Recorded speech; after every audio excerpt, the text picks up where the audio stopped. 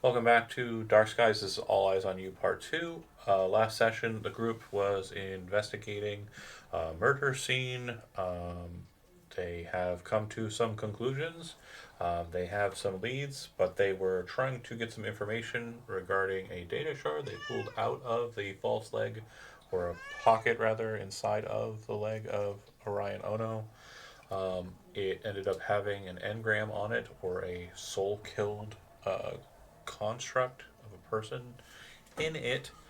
Um, and yeah, they have gotten information regarding that from a friend, Regina, who um, she was able to get a netrunner on her crew to help out with that.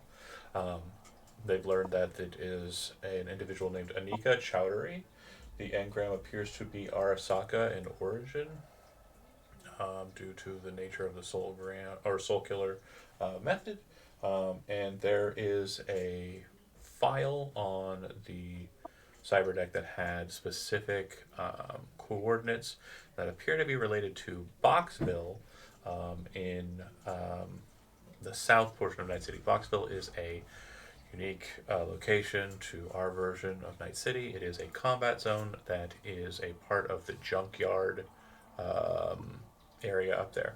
And I do want to stress, if anybody is watching and paying attention to all three stories at once, I will mention that the Anika Chowdhury data shard has been mentioned in one other aspect of the games. If you are aware of that fact and you're in this game, great.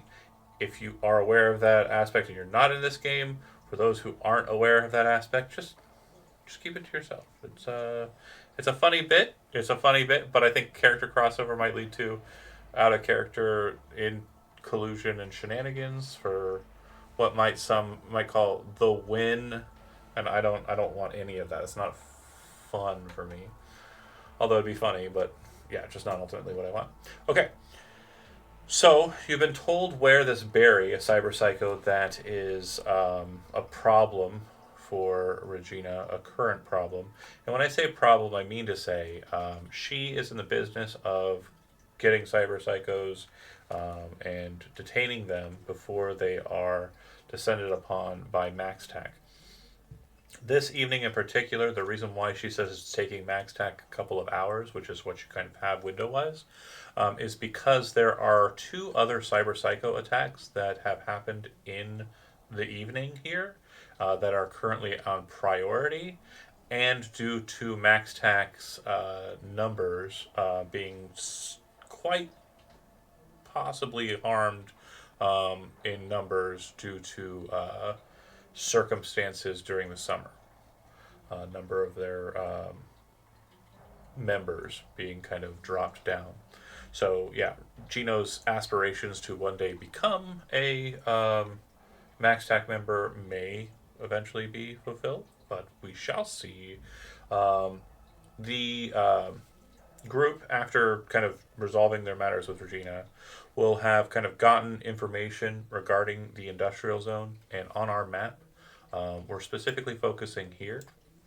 Um, I will go ahead and snap ping it so everyone is forced to look at what I'm looking at, and then I will zoom in to the area.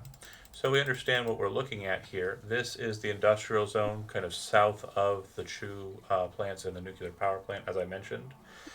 It's in kind of Maelstrom territory. There are a number of different canals through here. The largest ones are kind of here and to the north up here. Um, but the one that we're in kind of externalizes out in the docks and is relatively small comparatively, but also relatively secure due to it kind of running underneath a number of larger factories and warehouses. Um, you have tailed and have kind of isolated Barry, not engaging him, just kind of keeping a distance and securely observing him into the canal. And I'll move us to that map, and hopefully everybody can see it okay. But the canal map brought to us by Solution. It's a map maker that does a lot of cool cyberpunkian maps. But you can see at the end of the map there, this canal kind of sewer outlet moves to a point where there's just a very large amount of garbage that's been kind of stockpiled inside of these tunnels that go underneath the main thoroughfare there. There are a couple points of egress that you can enter this space into if you wish. You can move in from the western side of the map, which is just kind of walking down the canalway from less secure positions. The barbed wire in question doesn't go all the way down to the water front. It just kind of around here due to what's nearby. These secure doors are not very hard to open, so either of these doors can be a point that you enter in, and the northern side, or the eastern side behind him, up on the kind of terrain up there, is absolutely possible for you to get to as well.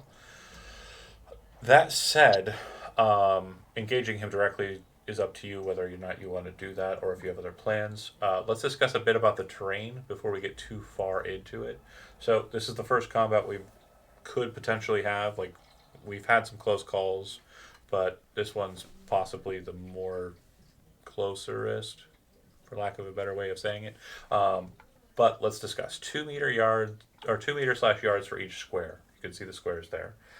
If it's inside of the canalway and it looks like it could potentially be used as cover, you can use it as cover. So that includes this kind of bunch of tires here. This couch could be used as cover. This broken down car, the refrigerator, this broken sign, these barrels. Any of this shit can be used as cover. That's totally fine. The slope of the canal sides is about 45 degrees going upwards, and it's got an ascent of about 10 meters, or maybe closer to like 7 or 8 meters.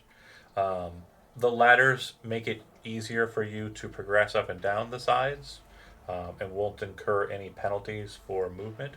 If you're moving up the ramp way, it'll be double movement is required to move one space. So instead of 2 meters / yards, it'll be 4 meters to move up one space. If you're moving down and you should stay on your feet, it will require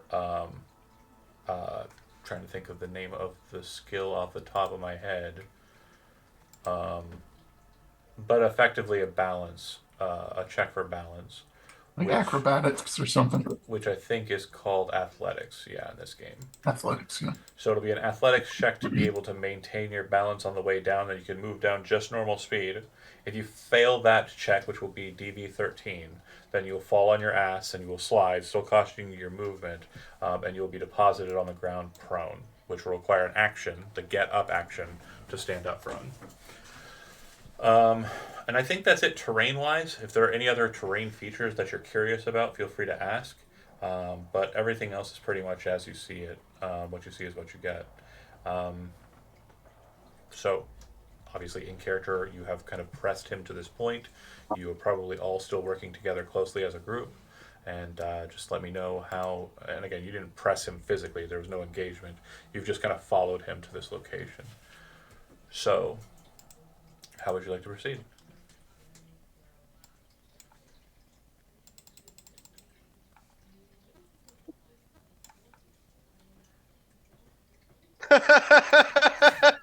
I am not the leader. Absolutely not. I was about to say all is quiet on the Western Front over here. Where Yeah, I figured the Hogwatch guys have the most experience with this. That doesn't make us good at it. I was about to say, They're still alive. Listen, you got a beefy boy. Throw him at something. I don't think you want to be thrown at that gun. Whatever. Elmon off the top ropes from behind him. Oh, real quick. Right? Just like jumped out. We have a tech and a doc, so we can maybe convince him we can help him. I know John said he wasn't aggressive. Yeah, he's not aggressive. He's more... He's just paranoid. He's kind of hiding. But real quick note for everybody. I know there does appear to be some luck that's spent. Luck refreshes each session. So feel free to refresh your luck. Thank you. Need that for this. We are going to need that for this. Yeah. And again, I'm just listening to you folks talk and discuss and plan. So how do you guys normally approach these situations when you have a cyber psych when you're trying not to kill them? We have a couple of options. I have some EMP grenades, so we can disable potentially disable his cyberware, and then try to put him down that way. I also have a sleep dart in one of my eyeballs that I've put cyber psychos down that way. We hit them with the sleep dart. They can sometimes go to sleep. If we can disable him, then Bucket can remove the exoskeleton, Right. and then Pretty efficiently. and then I can remove the whatever's connecting into his neuro whatever. So, real quick notes. You've been able to see him. You've obviously been scouting him and checking him out. So, let me explain the situation a bit. So, the Centaur exosuit is basically just a pair of legs, a backpack, an arm, and a shield arm. The arm is engaged with a thermal cannon. And the person kind of just sits in it and kind of buckles up normally, or they are latched into it due to kind of connectors that are on the person who sat into it, like military grade cyberware. It connects to your military grade like cyber arm and legs and shit. In this instance, you can see that Barry, being an employee who's more of a laborer, is wearing a old style beta class linear frame, which a linear frame is basically an exosuit of its own. However, it's tightly worn to the body. It kind of, if you've ever seen Elysium with Matt Damon, it's usually the one I go to right off. Or there was that one movie with Tom Cruise where he keeps dying and shit. They've got exosuits in that too. Everybody kind of has an idea of what like a linear frame looks like. It's a thing that makes you stronger and move faster. In this case, stronger. So his linear frame is connected to the Centaur exosuit, and the linear frame is connected to him through interface plugs on the back of his neck, which are more colloquially known as machine plugs. If you are older Cyberpunk savvy, there are like vehicle plugs, machine plugs, and like just genuine interface plugs for cyberdeck connections and gun connections. Machine plugs are kind of to connect to tractors, cranes, devices like that. So definitely not the right kind of plug has been forced into the plug hole, if that makes sense. Okay, so if we wouldn't like, would Bucket know enough about that, just knowing that that could be causing this? Yeah, you'd also know that removing it incorrectly could prove fatal. Great, cool, thank you. So it's going to be a situation where if you snap it, like if you break that, if as like a last ditch effort, it definitely will knock him out, but it will more than likely kill him. Okay. Oh, great, cool. And this is a subtle thing I just want to mention to the people watching, but the shades are different. I've got shinier shades. I wear the shinier shades when we're about to fight. This is a subtle thing that most folks might not have noticed, but I want to mention it because they are. I'm so happy for you. Look at them. Oh, it's so great. It's wonderful. So it's the centaur is what's causing him to freak out, right?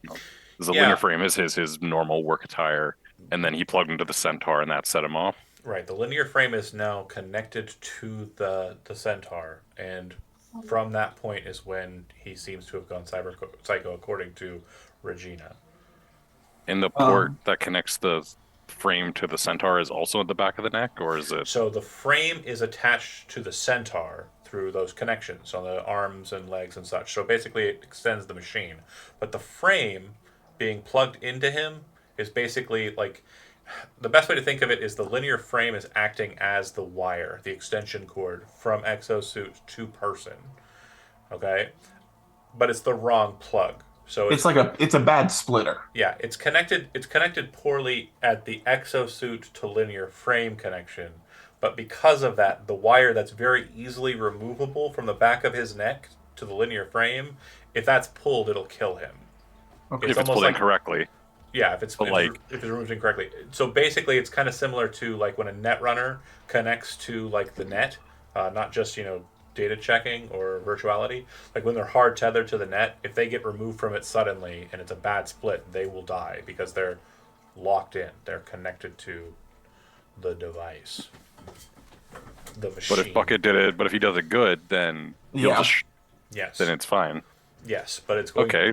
Well, there you go. Just do it good and bada bing, bada boom. It's Be going done to for dinner. certainly be something that's going to be easily done on a person who is immobile versus a person who has a thermal cannon, a shield, and from what it looks like on him, he has a pistol on his belt, and he also has cyber arms. Well, not cyber arms. They're cyber. It's kind of like cyber hands, right? Not the full arm, but the cyber hands. One of them has a tool set. You can kind of tell Bucket, very similar, very common in the the field. But both of them have the extension ports for wolvers, which are basically long blades that extend out of the tops of the arms. Great. So what I'm hearing is I just need to hug him really hard. Yes. You gotta get close Okay. enough to hug him really Yeah. hard. Is there any? Do we know who he's working for, right? Yeah. So he is working for Militech. He's a Militech Oh. laborer. He's a Militech employee. Is there any way I would know who would control these warehouses as a Militech employee? No, these are pretty outside of your kind of wheelhouse. Okay.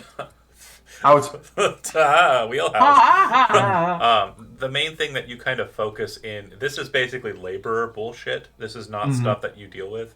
Like, I would say kind of top tier, like the coolest shit that you probably engage with is like personalization on city vehicles, like helping them kind of like understand damage protocols and like structural soundness, and then like for lower tier stuff, more common than you'd like, is probably tasks that require you to kind of decommission cyberware for them that they Yeah. want basically just obliterated and lost off the grid.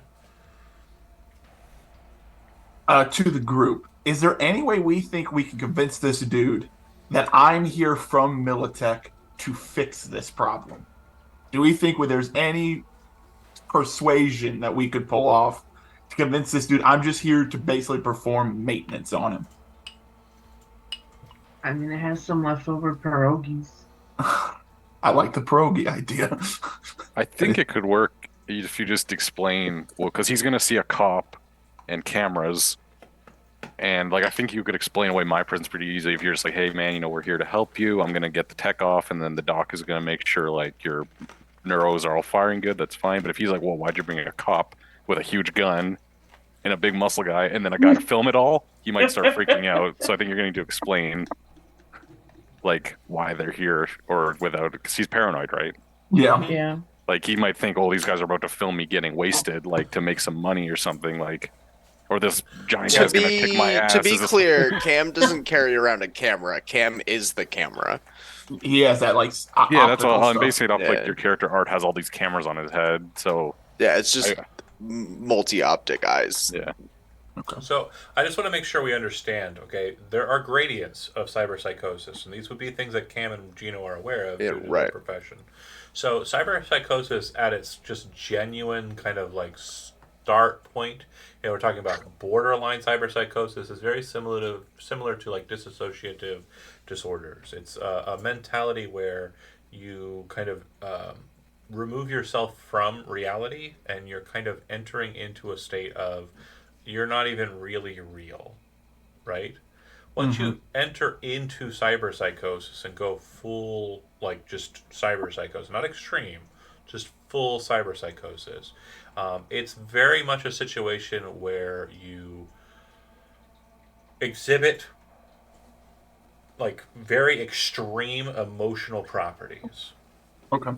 Paranoia appears to be, from what you can tell, his main driver. And whether or not he is extreme or not, with the amount of information you've got, he has killed about 13 individuals, but they were other laborers in the Militech facility. And so that could be a situation where that was like unregulated. He was friends with those people and for no reason just clicked thermal cannon people once he connected to the frame. It could also be the case that he's completely within all of his facilities and has a capability of withstanding cyberpsychosis. And he's just kind of, now that he has the power, is kind of losing his, you know, concern. Like these people wronged him in some way, working wise. Because again, the best way to think of the factories here is very much like a Amazon factory. It's not a pleasant place to work. It's a Okay. 6 days a week, 10 to 12 hours a day situation where you're basically backbreaking work, and the only reason you're getting by is cybernetics or linear frames or devices, and even with that, it's still daunting. Is anyone against me pretending to be a maintenance worker to get this? No. Go nuts. Well, not here. Okay. Makes And I sense can to go me. down and be like, he's just here to carry shit. Yeah, yeah, it is fun to have the luchador and the cop. Like, okay. Well, you said each one of these is like 2 meters. Yeah.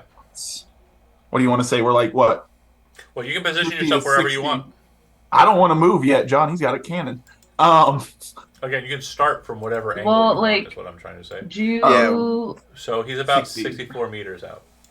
Do you think easily I could yell and he could hear me at 64 meters? So the rain has died down. This place is close to the industrial zone, but it's kind of like a background kind of droning, not so much like a really loud kind of pulsing sound near here. I would say kind of the most, at most he'd be able to recognize that someone's yelling at him, but you may have to move closer for him to understand what you're yelling at him. And I'm free to move up to what point before action needs to start being taken place. I just want to know bounds. That's entirely up to how far you want to move. I'm not going to tell you what the limiter is because that's Okay. no fun. But Okay. you move up to the car and take position. I'm gonna move Are myself. you doing yeah. so in a stealth fashion? Not. You're not wanting to be- I'm over here. You're not wanting to be spotted. Is that fair? Yes. Go ahead and make a stealth roll.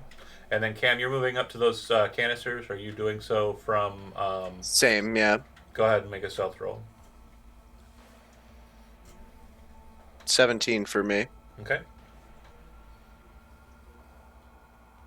I'm getting there. I believe in you. I've always have. I'm also gonna move my guy just preemptively.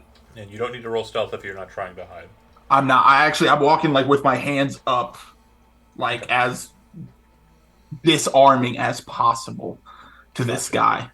I'm basically just trying to see when he can start understanding me. So as you kind of start to slow walk after telling everybody, Gino kind of locks out the rifle, drops down to a low crouch, and kind of like army like squat runs across the field, hits that position, and kind of locks down near the back window. Kind of places his weapon on top of the trunk, and is kind of looking through the back window shield, which is broken out, so he can get a line on the guy.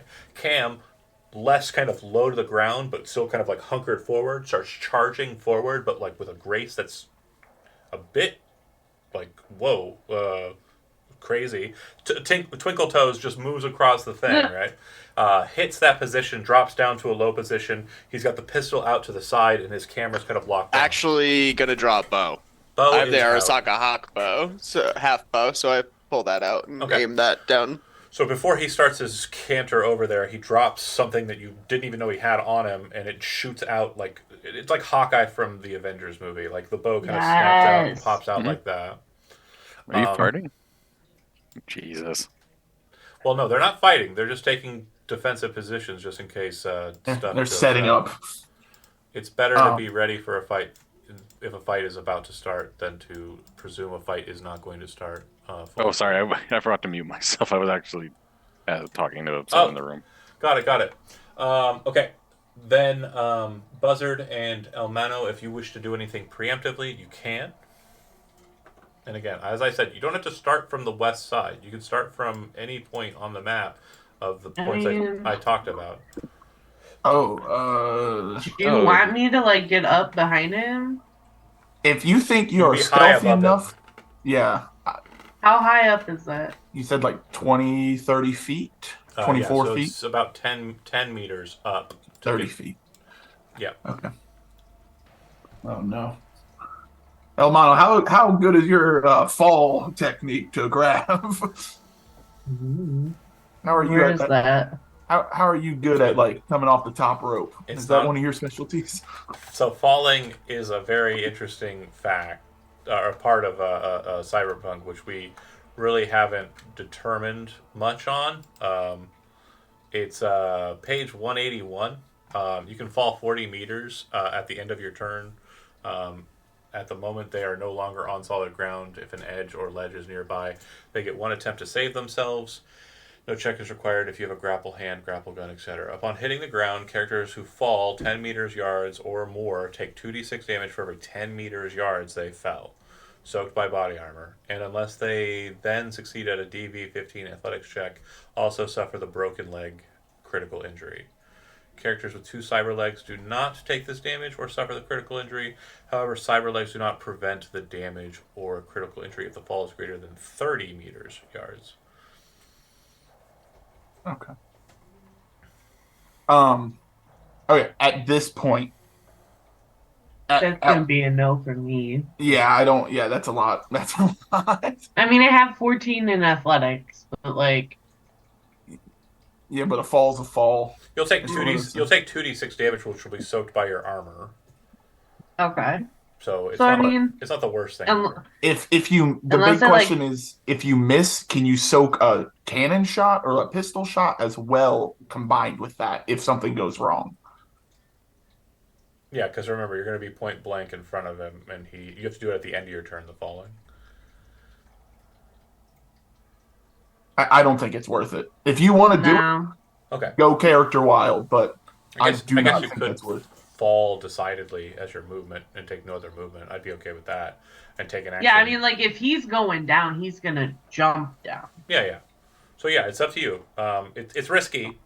It's not 100%, but yeah, it's risky, but it would get you right on the target melee style instead of the alternative, rushing across the field Yeah. with a thermal cannon. You could just wait and make the last resort because, like, if the negotiation works, you won't even have to jump him. Yeah, because, like, I feel like he would just be up there in case and then just, like, So do you want to go up or do you want Low. to stay in the lane? I think he's gonna go up. Okay. Because, like, he can't contribute to the talking. Stealth Hell check. yeah. Like, there's just Make a stealth check. stealth. Yep. Still gotta do Okay. this stuff. Everybody's moving into position, so stealth checks are required. Okay. Aha! Also very skilled. Like, 18. those of you who are looking over in that direction, it's very strange seeing El Mano in a fashion that's not brightly colored. The red lights, which are the kind of activated lights for this being a area that's off limits, and also this being an area where police are expected to arrive soon. That's what those red lights on the bars are to represent. But you see El Mano in silhouette, red lights occasionally flashing nearby, but like the only thing you can really make out of El Mano is kind of the color around the eyes of the luchador mask. And so it kind of looks like this dark shadow with like these kind of bright eyes in the center of it with like red flashing everywhere. It's almost superhero-esque. Yeah.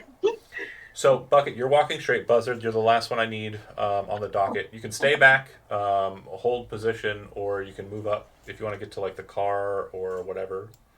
Bucket, do you want me to, like, kind of walk with you to help you sell your story more?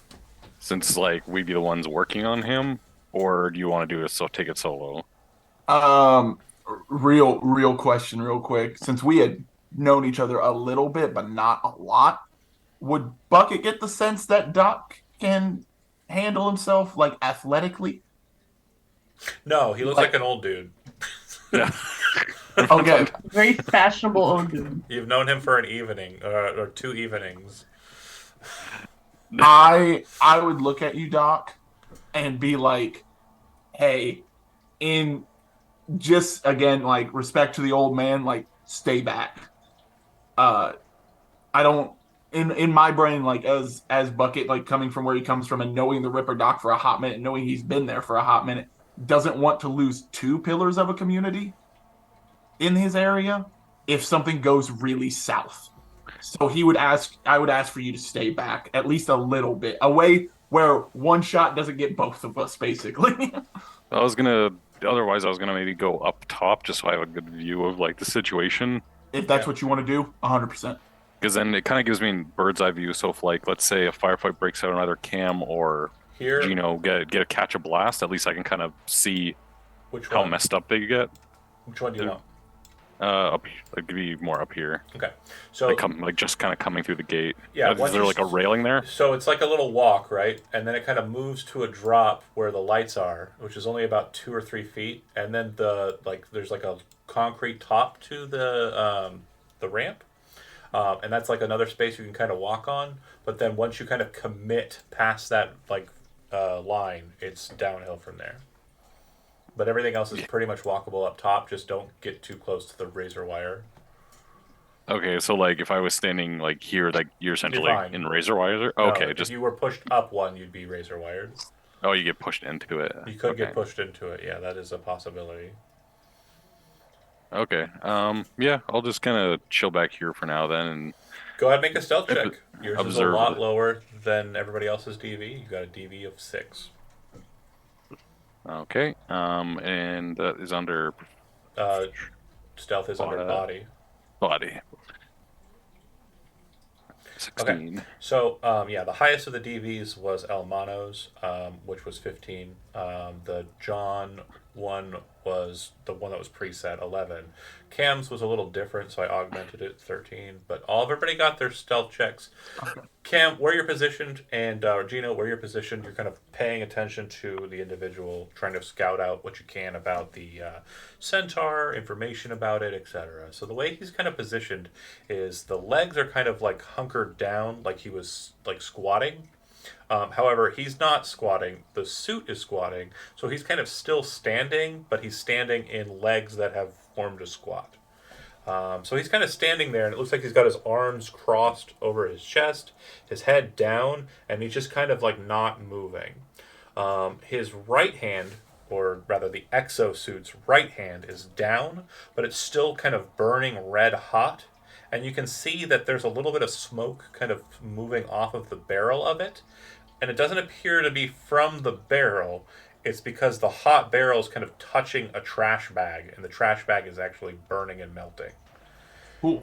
His left arm, for the exosuit, is completely wrapped around the back and is kind of slotted so that it's covering the back of the exosuit, not so much the back of the driver.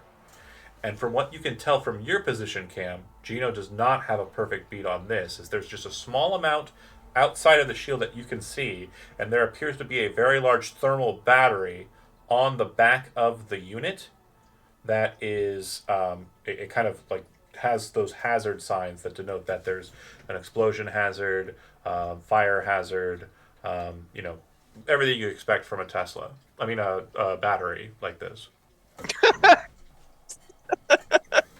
Got him. Okay. But he's, Should have bought a microwaver. Well, he's completely he seems to be kind of like almost kind of stoically arms crossed, head down, kind of standing in his little exosuit.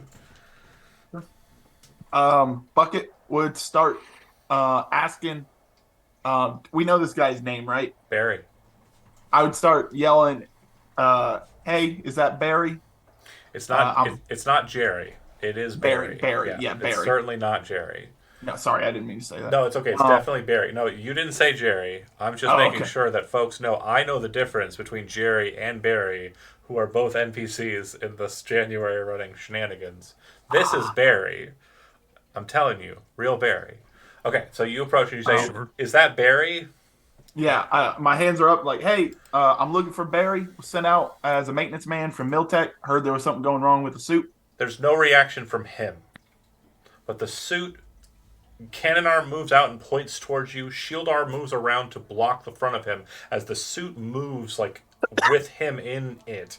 He's not turned around quickly. It's like he's slowly moving in the suit to kind of face you. But the suit has already moved around in this kind of almost like serpentine-like way. So the cannon is pointed at you and the shield is blocking.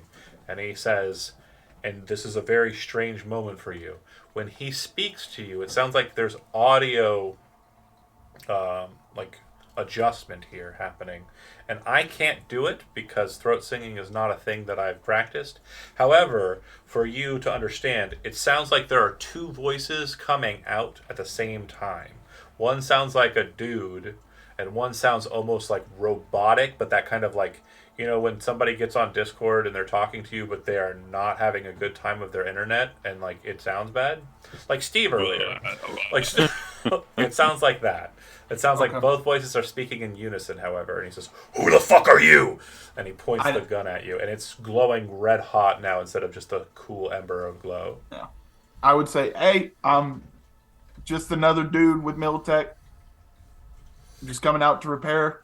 Heard you were having some connection problems. He starts stepping forward, and you can Is see that gun still trained on me, I'm guessing? the barrel's kind of pointed at you, and what you can see over it is that there is a glow of red in his eye.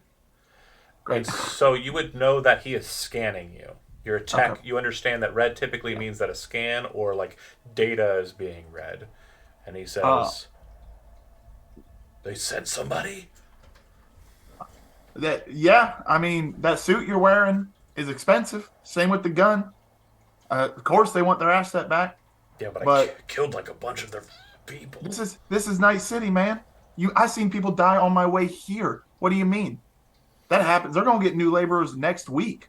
What are you planning to do? They're gonna need someone who knows what just happened. Like, I don't care. I'm not sending you anywhere. I literally just need this. You can take off afterwards for all I care. I just need the suit and the gun away. You can keep whatever you want. I just want that. What are you planning to do?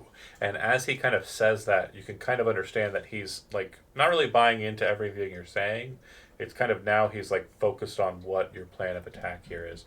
Go ahead and make a persuasion roll, and then tell me what you say. Okay. That is under social. I'm going to spend 3 luck points. And anybody can spend any amount of points of luck that they want to. Remember, luck is refreshed at the end of this session. So if you wish to jump in on the roll here for persuasion, you can feel free to do so. Take three of mine. Okay. Yeah, take 2 of mine. I'll Awesome. have like +8. Gosh darn. Oh yeah. I'm gonna make that roll then. Go for it. It's an 18 with all the luck. Okay. And I would say, hey, I'm just here. Like, they told me the type of suit you're wearing to that big old machine around you. That connector ain't great.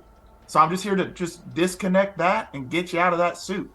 I don't want anyone else involved either. Barrel cools off. You can actually see the red bright kind of it's an almost like white core with like a red frame around it, kind of shimmer down to like a nice. If you've ever messed with like heated metal in real life, it's kind of like that cool red iron glow now. And he says, "Get the fuck out of here. It's too late for me. It ain't gonna disconnect. They want me." Hey, if you're talking about those Max Tech fucks that are coming, no. I don't want to deal with them either. No, I'm talking about the suit, man. Which suit? Which one? He looks down, and like the gun kind of drops to the ground, like almost as if like all of the weight of it was just allowed to fall and hits the dirt. He gestures down, standing there kind of in the suit. This suit, it's got a fucking mind of its own. Well, man, I'm a 9-year tech with this company.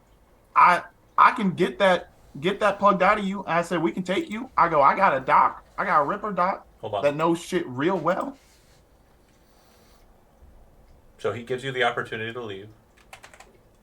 Yeah, I'm gonna say, hey man. You refuse. Yeah. Oh, okay. So just moving to the next step. Hold on.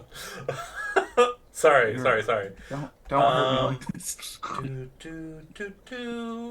Oh, he's gonna hurt me like this is what he's doing. I mean, it's just a giant cannon, and you're standing in the middle of a giant hallway. You have a dodge. You have a neural link, correct?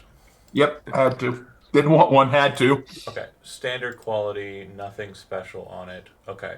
Yeah. So you definitely feel a presence kind of connect to you, and if you have chirons, it definitely shows that there's an intruder detected. And as you kind of notate it, you realize that you have a quick hack that is being uploaded to you. Should have brought in that runner. I say, hey, I can tell something's going funky. The I'm voice, just trying. the What? voice of the guy comes out again. He's moving his mouth, but you can't hear the guy. You can only hear the strange robot sound. Yeah. And it says, "Get fucking lost or die," and it starts stepping forward like Ed 209 style. Uh, I would ask the voice if I got a moment with it. Hey, man, do you think you're going to survive Max Tech? It I will can. I can key. put you somewhere. Like if you want, if you got somewhere you want to go, man, I can get you there. I got a vehicle and everything. I really don't care. I It, just don't want this asset lost. it will key to a point where the quick hack actually takes precedent. Um, and I rolled the DV and got it. So with your neural link, I need you to roll 2d6.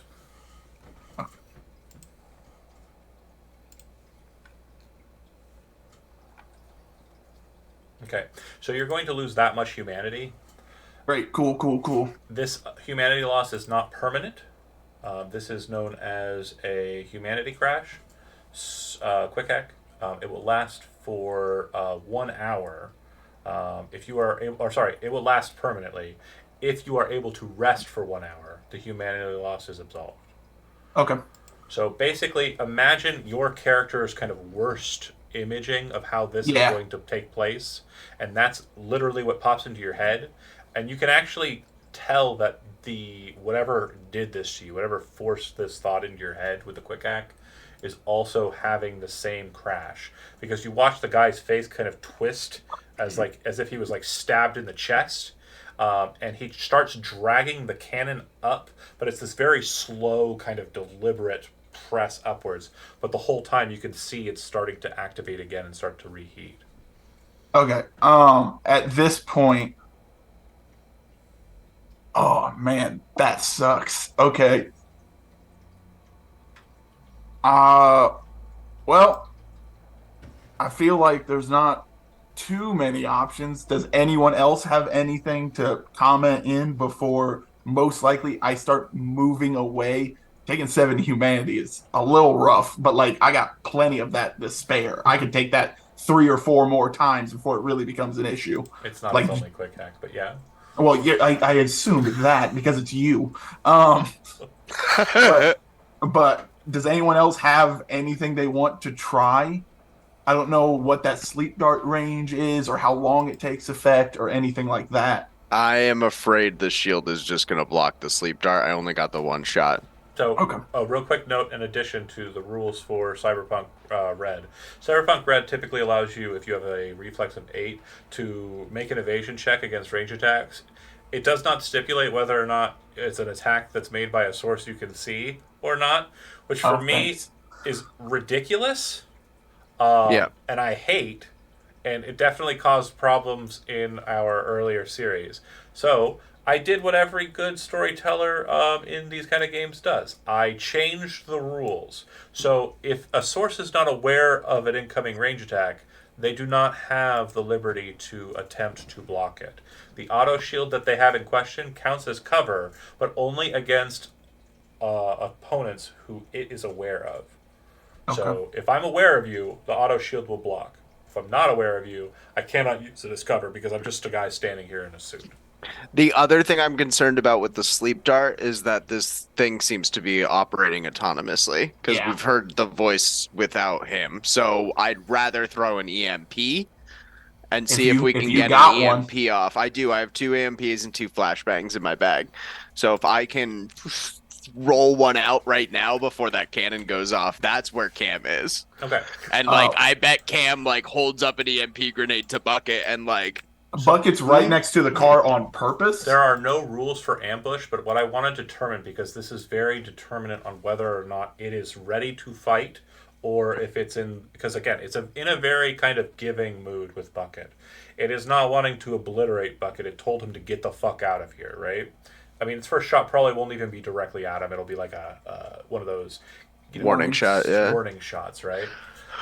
But everyone else sees the situation unfolding as it stands. So what I want to make sure we have kind of projectively is I'm going to start with Chandler and I'm going to ask him what Bucket is doing, and then you can everyone else decide what your move based on that is. Bucket, since he knows the things in his head at this point, Yeah. and like it just did that quick hack and everything, has he moved at all from his point where he's at, or is that still where He he is? has been slow walking towards you. Okay. You are actually a tech, so you're smart enough to tell like bipedal and quadrupedal and other kind of robots how fast they typically move. This guy has a move of 4. Okay.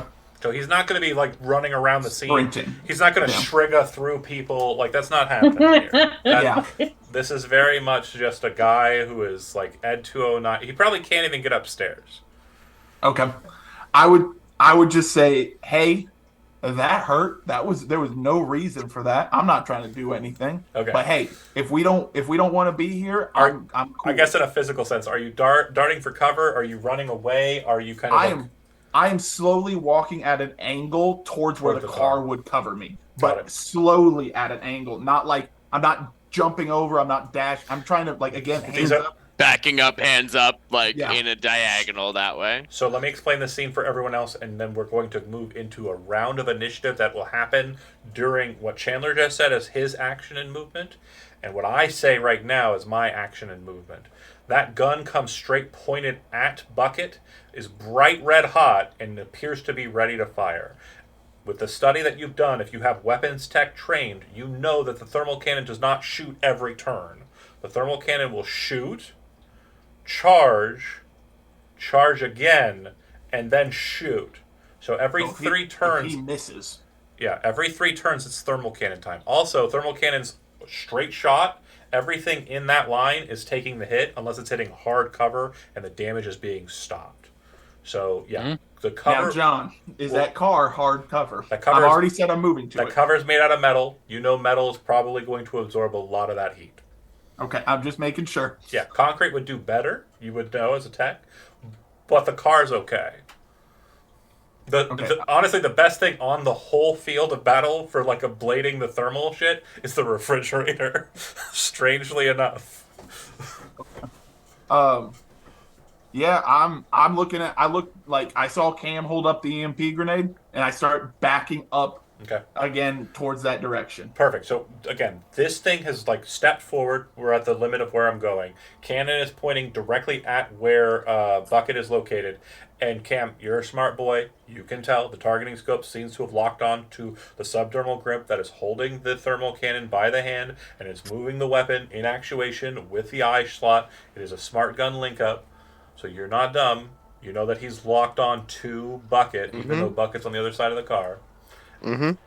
So Yeah, I would like to throw the grenade unless you want us to roll for initiative and go in that order. well, we'll go ahead and roll for initiative, but for the first round, you can do it in any sequence you want. Cool. Unless someone wants to go before Cam. Cam wants to throw an EMP grenade. Nice. It's been a while since we've had to do initiative. Where is it? What's It's it up under? at the top. If you click your token, it'll be in the top left of the. Yeah, 11. El Mano, he is high flying and ready. Fucking ready, man. Where is this guy?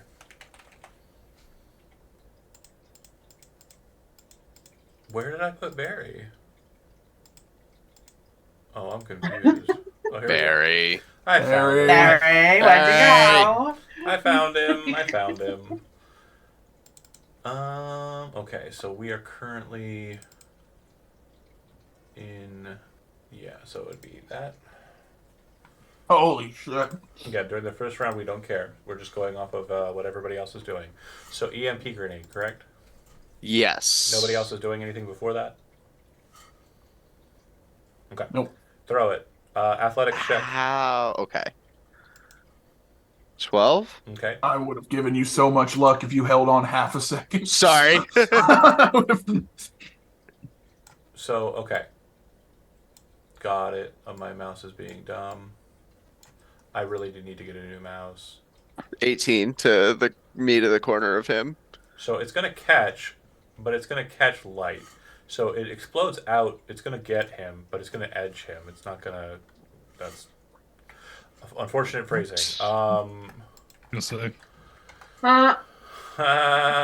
Okay. Just the tip, basically. Yeah, just the tip. Edging Cool. him, yeah. And we're having sex now. Welcome Did to it get did it get his gun? yeah.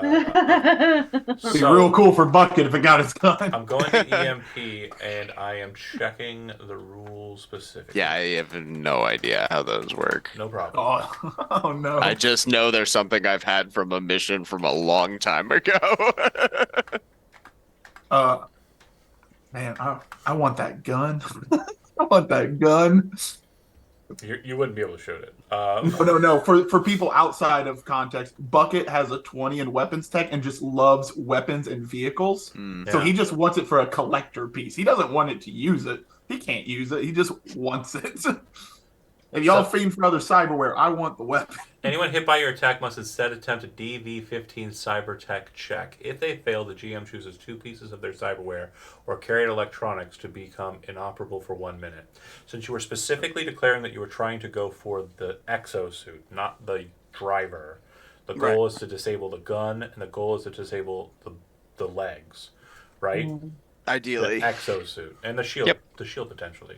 Okay. Shield potentially. So what I will do here is I will go to Barry and I will roll a cyber tech check.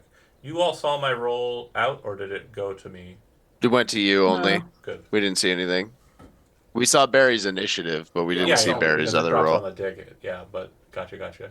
Okay, so going to tech and cyber tech. Oh, we saw that cyber tech roll. Okay. That's weird. So interesting. I will see if I can't. Bear with me here. Edit. Yeah. GM Whisper. Got it. I know how this works now. Okay, so you do see that it is beaten. However, due to the nature of this, I am going to allow you to roll a 6-sided dice. 1, 2 means you'll get the legs. 2, 3 means you will get the shield. Or sorry, 3, 4 means you'll get the shield. And then 5, 6 means you'll get the gun. Okay, so the legs are inoperable for Something. Well, 1 that minute. means El Mano can get to him. For 1 minute, Yep. his leg units on the exosuit, Bucket's about to take a bullet. which he's attached to, cannot move. Okay, so that's one person during the surprise round, for lack of a better terminology, is our ambush. Gino, you Can have- I also? I can pop the shield out. I have a pop-up shield. Yeah. As a part of that Totally fine. action. Cool. So you know the cover that you're in front of has about 10 hit points. Again, it'll probably block a shot as long as you maintain cover. And then you have the shield as well, which if it does pierce through, it can't shoot into the next cover. Normally, however, the thermal cannon does hit the next cover behind it. So El Mano, Gino, Buzzard, you still have function. So what would you like to do during the ambush? I want to jump down. Okay. Like the badass motherfucker that I am. So you're going to make an athletics check for me to avoid falling. Okay. You do fall, and you will take 2d6 damage, but it will be effectively stopped by your armor. So your armor value, it should be on your right side, down a little bit. You should see like armor. It probably says subdermal or something. I think I put you in. Yeah. What's the value on that armor? 11. Okay. So what you're going to do is on the body, you're going to lower that by 1. Because when you hit the ground to take damage, it's going to hurt the armor a bit. But Okay. you will take no physical damage because you passed your check. And it didn't exceed your armor. So you can still, I would say, since it was 10-meter drop, hit, I would say you can move half your movement. So Okay. what's your movement? 8. Is it 8? Yeah. Hold on. It sure is. Oh, you have 6 That's a luck. good ass move. So you can move 4. 1, 2, 3. You'd be right behind it. And then Nicely done. You can still- Nicely done. You can still. I'm so glad you went up there. So you can still act. Yeah. If you wanted to activate your berserk, that is an action. If you wanted to Yeah. just attack it, you could do that as an action instead. You want to activate the berserk? Or do you Yeah. want to... Okay. So the Berserk is active for 1 minute, which will be a total of 20 rounds. You'll gain the benefits of the Berserk. And you should be able to click that gear and drop it into the table. It should show, or that cyberware. There should be a clickable for you to show that off. Why is Kai Crown on my... What the fuck? Oh, I guess he was left over from before? Somebody... That's weird. Sorry. So Gino. Freaking Jonah. Whoa. All right. Trying to figure out the range on this machine gun. Sure. If you want to go ahead and... Are you wanting to shoot him? I want to whip it out at least and ready it if he moves. Well, he's not going to move. Fuck. Yeah, Brad broke his legs. If you want to, if you want to shoot at him, go ahead and click the attack roll. If you're shooting at the cyberware, that's fine. That's you can aim the shot. Cyberware. It'll be a -8 because you're trying to shoot at that, but because of its size, it'll just be a -3. So go ahead and click your attack roll. Yeah. There's the Berserk stats. So for those watching at home, a Moortech Berserk is an operating system neuralware speedware that is added to a neural link. When it is activated as an action, it adds +5 to damage rolls and +1 to rate of fire for brawling, martial arts, and melee weapons attacks, and reduces the body requirement of weapons you are holding by 5 for 1 minute, after which Berserk cannot be activated for an hour. So, yes. Wow. It is a very big deal. You are firing the... That is not the assault rifle. You're shooting an HMG? What? Yeah. Oh, okay, cool. Yeah. Whoa, okay, things have changed. I'm about to get shot because that dude's gonna be pissed. Okay, so your current distance is 32 meters, which puts you in the range increment of 26 through 50, which means the DV is 20. And with that 17, you will fail. Oh, shoot. You are shooting regular fire, so it'll be one single shot. Yeah.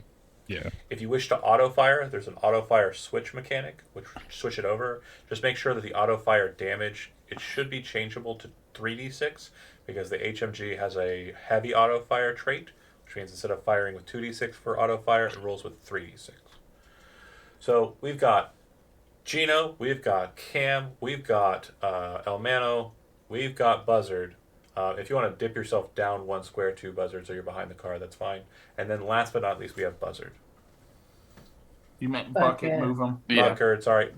Bucket. Buzzard! They're a Buckard. It's a duo. What a cute celebrity name. Buckard. right? Buzz it. Oh boy, here we go again. Buzzard. I'm going to prepare a my air hypno. I'll draw it up with a stem. And a quick note too, as long as you're up there and everyone else is kind of drawing attention, you do not have to re-roll your stealth check. The only time you will have to is if you do something that is clearly noticeable or audible.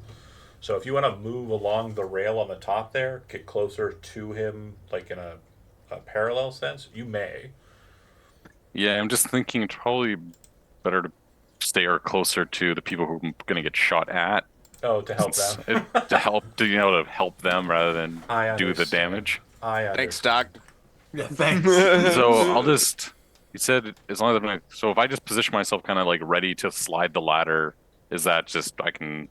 That's not anything that's going to draw attention. Pulling out an air help is fine. If you want to do that as a readied action, that's fine too. You can basically ready yourself to power slide down there. So at any point, like you can just say I do it. It'll happen after the action that you are kind of triggering it. It won't happen like in response to it. Does that make sense? Yeah. So the game refers to something it as will happen, holding. and then You'll do your thing. Okay. Cool. So it cycles back around, and this is the part where I start combat music. Because, yeah. We're about to die. I didn't say that. Nobody said that. You said that. You're the one who said it. Is this the one? It's fine. I'll just hug him really, really hard, and everything will be fine. Or is it this one? Give him a big old squeeze right on that Yeah. explosive battery pack. Yes. That is the one. Okay. Cool. So he will, not noticing Mano yet, not really paying attention to that aspect of it, points the cannon downrange at Bucket and will fire the thermal lance. It will go like so. Oh, hold on. It'll go like, fuck this mouse. It'll go like so. Because it's hitting the cover first, I'm going to go ahead and roll my attack roll with it. Bear with me here. Hopefully this doesn't roll out loud because I don't want you to see the traits of the thermal lance yet. Okay, so he definitely hits his target, but because you're behind cover, it won't hit you directly. However, what it does do is it hits, and it's this wave effect that's kind of bright red coming from the weapon. It's like a straight, thin line of heat, and it hits the back end of the vehicle. And the thing you notice most is like where it connects, it starts to heat up bright orange. Then you watch the line slowly move through the back end of the car and then kind of stop about 3/4 of the way through. There's still a bit of car there for you to hide behind on the back end, but it definitely doesn't look like it'll take another one of those shots easily. Make sense? I would be saying, like, it can hear me in my head. I basically can't think right now without it. No, that's not true. That's not true. Okay. Quick hacks are just a quick, like, I throw something Okay, I'm on just you. making sure. Yeah. I was gonna cuss this thing out in my head. Okay. Oh, that went very short. I want something longer, please. Thank you. Okay. I'm drawing in the melted part on the car. I hope that's okay. Oh, thank you.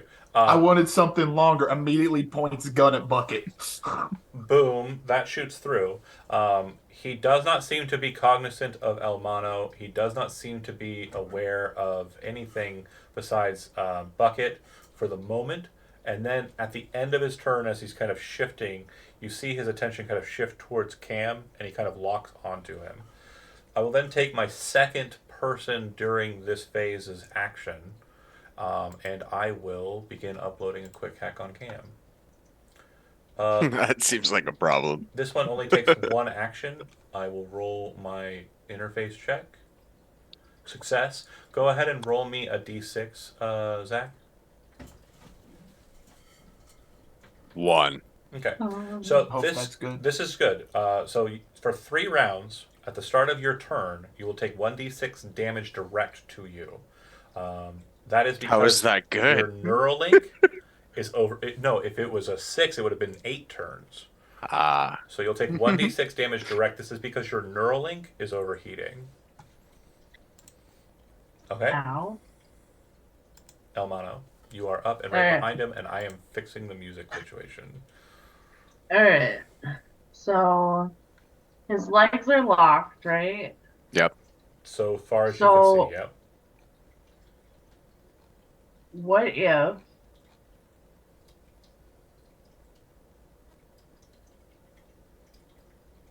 how viable would I feel that, like, grabbing him and trying to bend him back so he can only he can't see where he's shooting? So you want How viable would that be? You effectively want to grab him to kind of force effect. Is that fair? Yeah, kind of. Just like Okay. bend him backwards a bit so that it's harder for him to aim. So the grab action is an action you can take. Okay. It is not a thing that will benefit from the berserk going on right now. So like this isn't like grappling or judo shit. It is, but so grab is an action you can take to grab and hold someone. It's a dex plus brawling plus 1d10, and he will roll contested. If you succeed, you grab a hold of him. He has a -2 to all actions for as long as you both remain grappled. So do you. Yeah. And when grappled, the defender cannot use a move action. Already the case. And is dragged with the attacker whenever the attacker takes their move action. So what you could do is grab him and then move him so that he's faced the other way and you are between him and everyone else. Yeah. So effectively Okay, where's that? suplexing him. So you're going to go ahead and go to your body, or no, sorry, fighting, and you're going to roll a brawling skill check. And I'm going to give him a penalty due to the fact that he cannot use his legs to avoid. Oh, Mono is a beefcake. It has been said. probably used a little bit of luck, but we'll I see. got a 23 on my result, but I'm taking a penalty of -4, so that means you will grab a hold of him. He is caught, and you kind of move him Okay. over your shoulder, kind of flipping him over so that he kind of lands kind of awkwardly, so that his gun is pointed away from the group, but his shield is kind of in between you or him and the group. That makes sense? Okay. Yeah. And that would be your action and your movement to do that. Yeah. Okay. As long as you're satisfied with that, we'll move on to Bucket. Okay. Bucket knows that gun's down for 3 rounds. So I need yes. someone over here to fucking no. fix this shit. It's down for 2 rounds. It's going to 2 more charge, rounds. charge, and then shoot. Okay. I can yell that that's true. Like we got like how many seconds would you say? 1.5 seconds is a round. Oh, okay. No. Ooh, that's real short sounding. So we got 3 seconds. I got to get to him. Yeah. Start moving. You can run as an action. Run is double, right? Yeah, run will double your move. And you move a number of spaces equal to your movement. Yeah, it's only 5, man. So 10 it is. So 10. Yeah, okay. 1, 2, 3, 4, 5, 6, 7, 8, 9, 10. Yeah, Bucket is sprinting and yelling. We got 3 seconds in between shots. And as I'm sprinting, I would look at Cam. Like, Gino was next to me, and I could have told him that as I, got up. That's only And- 9. Oh, did I only move my 9? I counted the one from more. behind the car. Oh, okay. Boop, I'll take that. Yeah, I'd be hollering. We got 3 seconds. We got 3 seconds. Yeah. As you see this dude in full fucking tech gear with a shotgun, just heavy stuff. Light Trying powder. his best to Light run. powder brain. Basically, you see you see El Mano get in behind, suplex him off to the side. Kind of, it's not a full suplex. He does not get the whole exo unit over. It's more of like a half carry, and then Throw him over the hip. Yeah, a hip toss. That's a better way of determining it. And then Bucket, you start charging forward. We got to get him. Cam, you are up next. And you take a D6 damage right at the start of your turn. Roll your D6. Ouch. Can't have good luck twice in a row. It's fine.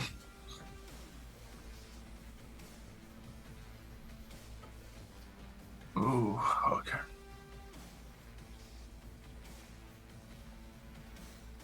Muted. Damn, I have another EMP. I think I might just. Problem is it'll also detonate next to El Mano, who has... And real Oh, badly, it right, detonates right. next to me, too. You could hit two or three different targets. Yeah, I guess I'll just take a shot with the fucking bow then and see if I can break that shield. If not, hit him. Okay, so you're shooting for the shield. I am. I'm trying to penetrate. I have armor-piercing arrows. Okay. Armor piercing is more for ablating armor, not destroying shields. Okay. I don't know how the shields work. If you want, But that you can, should... Well, if you want, you can aim shot at him. Due to the auto shield, there's a potential for him rolling evasion to block, but you could attempt to shoot the body instead of the suit. Yeah. Or if you want to shoot the suit, you can shoot the suit too. I think we're aiming for the suit, not him. Okay. Mm-hmm. You are Hawkeye. That's what that is. I love that. Because of all the eyes. Oh, Oh, yeah. It's probably a Hawk's in there somewhere. But yeah, I hit 31 Okay. So on, I hit the... you said you were the aim T. shooting at the suit. Was there a specific part of the suit that you wanted to hit? Just the shield? If I could, hit the shield arm to try to, disable that, that's the goal. So what will happen is again, because obviously, narratively, the shield has a number of hit points, right? But Yeah. it is literally just an iron block that's attached to a servo arm. So narratively, me saying an arrow hits it and causes 66% of it to blow away is obviously a stretch, right? So instead, the shield is actuated. It's trying to keep itself protected from the two visual threats. And then this guy pops up with a bow and shoots it. You hit the actuator, so now it's kind of drooping. It still has 10 hit points in the mechanical sense. So 10 more damage to the bulletproof shield, or Yeah. the Militech auto shield will destroy it. But that's what it is. Narratively, it's more of a you hit the actuator and cause it to fuck up, rather than shooting the shield and blowing it up. Make sense? Yes. Rate of fire on the bow is 1, so that would be it for your action. You still have movement. I'm staying under cover behind these Okay. barrels. Yep, and as we discussed, those are about 10 hit points worth of cover, the barrels. The car was a bit more than that. It's about 50, and now it's about 12. Oh shit, that's math you can do. Ah! Gino. Making pudding? Oh, there he is. Yeah. That's Oh, 5 and squares, obviously but I back don't go over behind the car, shield. Right? Sorry, say again? You move up to the refrigerator? Yeah, and hop over the car and Okay. refrigerator, line up with the gun. I probably couldn't shoot if I'm going over the car. Going over the car is not an action. It's just part of your movement. I wasn't sure. I just wanted to make sure I didn't need to. You got a move of 6, so 1, 2, 3, 4, It's 5. 5. You're fine. Yeah. I'd say it'd be like 1 extra to hop over the car, but yeah, 6 is good. All right, I'll try one of these puppies again. All right, so you pull out the HMG. Ah, Okay. Flap it down. Fuck it up. You see like bags of trash exploding. An old Goodnight Meow Meow doll slaps like the guy lying on the ground in the face. There's just like a lot of shooting kind of happening with this heavy machine gun, but not a lot is kind of hitting him. There's like some sparks that kind of catch the edge of the shield, but not a direct hit on the shield to bulldozer it down. It's a single shot actually, so it's just a doom. Right? Yep. You did switch to auto fire? No, Okay. I didn't auto fire this time. Gotcha. All right, Gino done. When he's done shooting, I'll trigger my slide, Okay. like at the end of his turn, essentially. So you can move your speed because you're using the ladder. And then so I can do my Well, speed in your- addition no, to sliding. Your speed down the slide. What's your movement? 6. 6. 1, 2, 3, 4. You'll have 2 more spaces. Okay. Okay. Cool. All right, Buzzard, you're up. Okay. 1, 2, 3, 4. Also duck behind the refrigerator. Okay. So and let's kind of look at Gino. Oh, so I see it's going well then. Yeah, I gotta get better at shooting this thing. Yeah. I guess my action will be to just like ready my SMG just in case. I'm not really a shooter, but it's better to be prepared because it's like an action just to like pull it out and ready it, right? No. It wouldn't be. Oh. It is if you have it concealed, like hidden away, like tucked deep in the. Yeah, well, it's in my like carry-all. Oh, Like, okay. I You get didn't pull it out? it's like it's a hidden weapon. You didn't essentially. You didn't pull it out before, Nope. like during the. I don't- Okay. Then if nope. that's the case, you rush down. You kind of get near it. You open up your med bag, and like Gino's looking at you like, the fuck, and then out comes a pulsar. I think it's which one is it? The Dara Polytechnic. Dara Polytechnic Pulsar. It's this big ass submachine gun. It's gorgeous. Okay, if that's it for you, the thermal cannon is still hot, but it's definitely gone to that second stage where it's kind of cooler than like bright red and white core. It's laying off to the side, pointing away from everyone. Mano, you're still grabbing him, and the shield is kind of trying to interject and kind of block the HMG to a lesser degree and the arrow to an even lesser degree. But yeah, it's gonna swing that cannon arm up and around like a whip and kind of catch you with it and knock you away from him. So he is attacking you with a very heavy melee weapon. Bear with me here.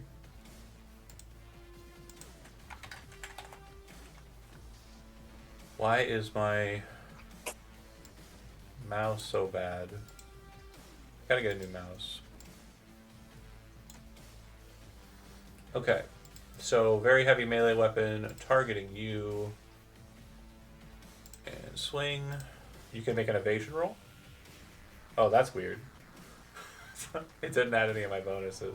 It's just a dice roll. That's fun. Okay, let's So see. me, Yeah, you're gonna make an evasion. evasion roll if you wish to, and I have a -2 because I'm attacking in a grappled state.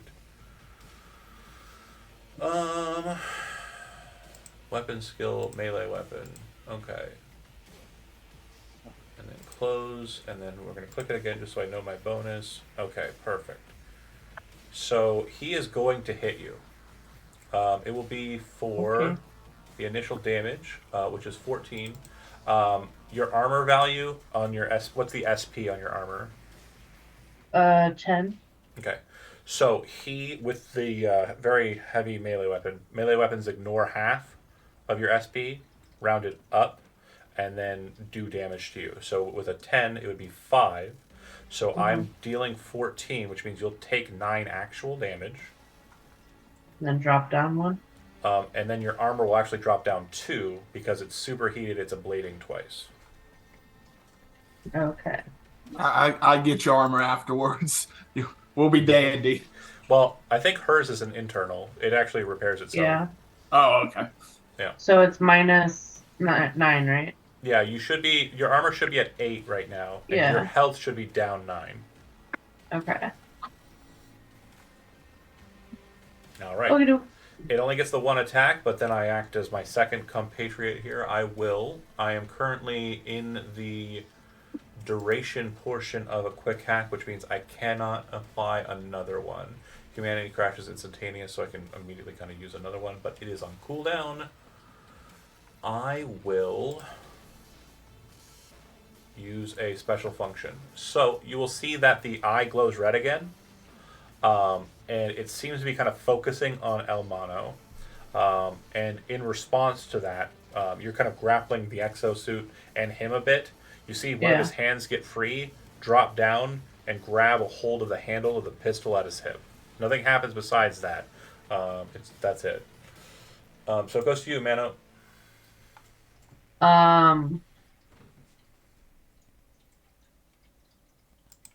Okay. I mean, I'm gonna just, I would like to, can I just, like, punch him in the head? Like the physical body? Not Yeah. like, You don't have to not like, so you don't have to kill him with a punch. You can definitely go for Yeah. non-lethal. I would say I just don't with want to kill him. everything that you're going for the head, so it's an aim shot. It'll be -8 to the attack roll. No. He's immobile, so it'll be a -4. Yeah. And then because you're not trying to kill him, you're trying to do non-lethal damage, it'll be another -3. So we're looking at a total of -7 to your attack roll. Or can I, like, shift my grapple and, like, grab his hand, or, Well, like, punch him in the arm, or, like, I just want to, like... I want to help you here, so just so you know, like, if you punch him in the head, he has a -2 to all his actions, plus the -4 to the fact that he is engaged in a non-moving object. So he effectively is going to be trying to evade your attack at a penalty as well. So punching him in the head now is not a bad choice. Plus you're berserked, and you can attack him 3 times in the face with your fists. If you want to cudgel him unconscious, my goal is literally just to, like, make him unconscious. Yeah. You know, hitting him in the jaw or the temple would kill him, and that's when you're trying to kill somebody. That's what you do. You know, if you punch him straight on in the face, you might knock his head clean off. But you know that if you give him like rough love taps in the cheeks, he's not gonna die. He's just gonna rattle the brain a little bit. Yeah, and that's what we want. That's my goal. Because literally, he's like got one arm on the suit, and he's just like. So you've got brawling as an option, and you have martial arts as an option. And let's discuss martial arts for you, so you know if you have other options. Because you have martial arts. What's the school or the form? I have 2 custom and 1 judo. No, the custom are fake. That's no. Those are fake. I have judo. Judo it is. Okay, so judo. You have him. Oh, that's really fun. Did you dodge his melee attacks last turn? No, I think he hit you. He hit me. Okay, so counter throw. If you do end up dodging his attack next time, you can immediately just throw his face into the ground. With counter throw. Grab escape won't work for you, and I think you have a perk that gives you an added special move, which I think is Iron Grip. Let me I double. feel like instead of punching, he's literally just slapping the shit out of this dude. Oh, for sure. That's actually a really good. Yeah, shoot-os to the face, judo chop for sure. So, all right. So I just Well, roll. hold on. Let me check something real quick. Bum bum bum. Perk balance. So iron grip. You can also once per turn, you have a target successfully grabbed that isn't already affected by iron grip. So at the end of your turn, you can just say that you are locking him in an iron grip as an action. Oh, you gotta use your action. Okay. Um, so you will make a martial arts special move resolution. You're gonna roll martial arts skill, DV15. If you succeed, the target you are grappling makes all future attempts to escape this grapple an additional -2, so -4 to try and get out of the grapple. And additionally, while they're in the grapple, your target cannot make any ranged attacks.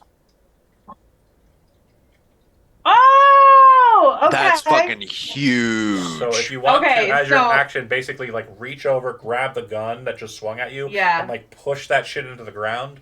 Yeah, So- he's gonna lock that shit down So because you're fuck this. You're gonna make a martial arts skill check, and it's gonna be DV15 Okay, so I'm just gonna burn 2 luck. for sure. this. Yeah, that makes sense. Anybody want to spend any luck to help, or are you good? I'm saving mine for the check to actually unplug him without killing him, hopefully. Got it. Got it. All right. She's or he's trying to push her into the dirt, We're right? good. We're at The 24. gun. The gun. The gun. We're just gonna like.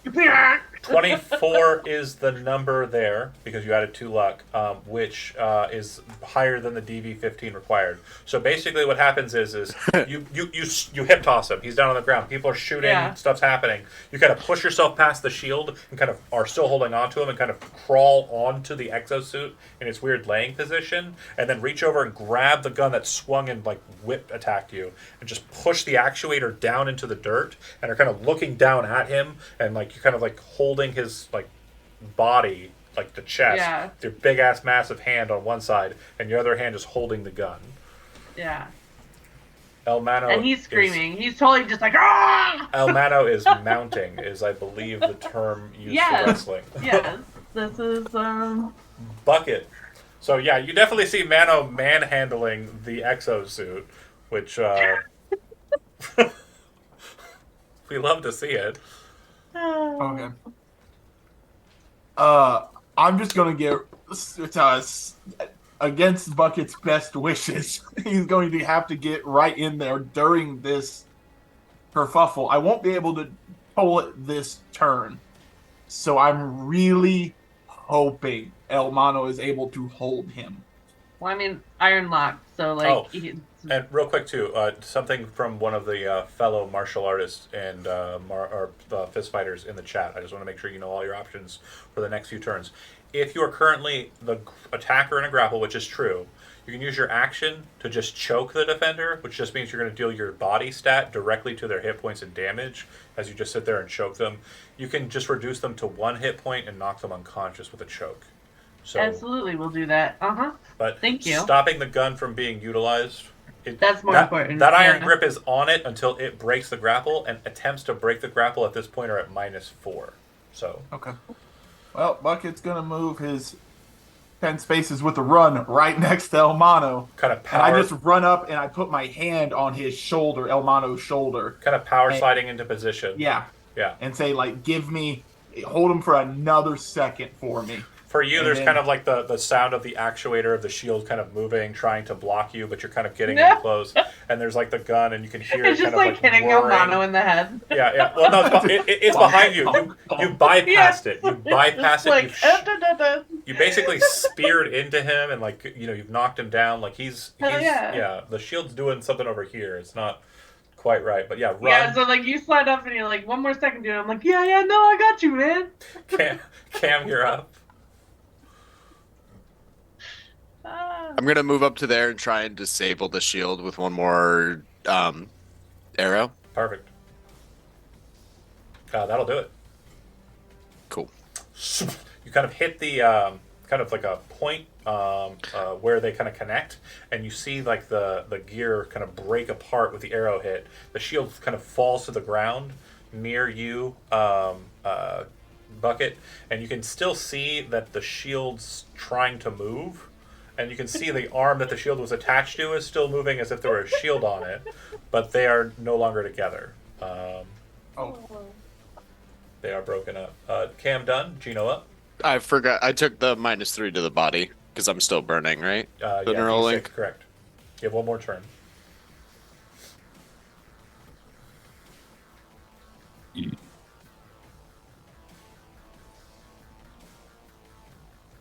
What are we doing, Gino? Name it 6. Is this also heavy cover, or is this like? That's substantial. Yeah, Okay.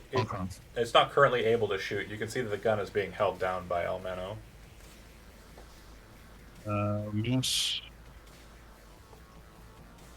Up the.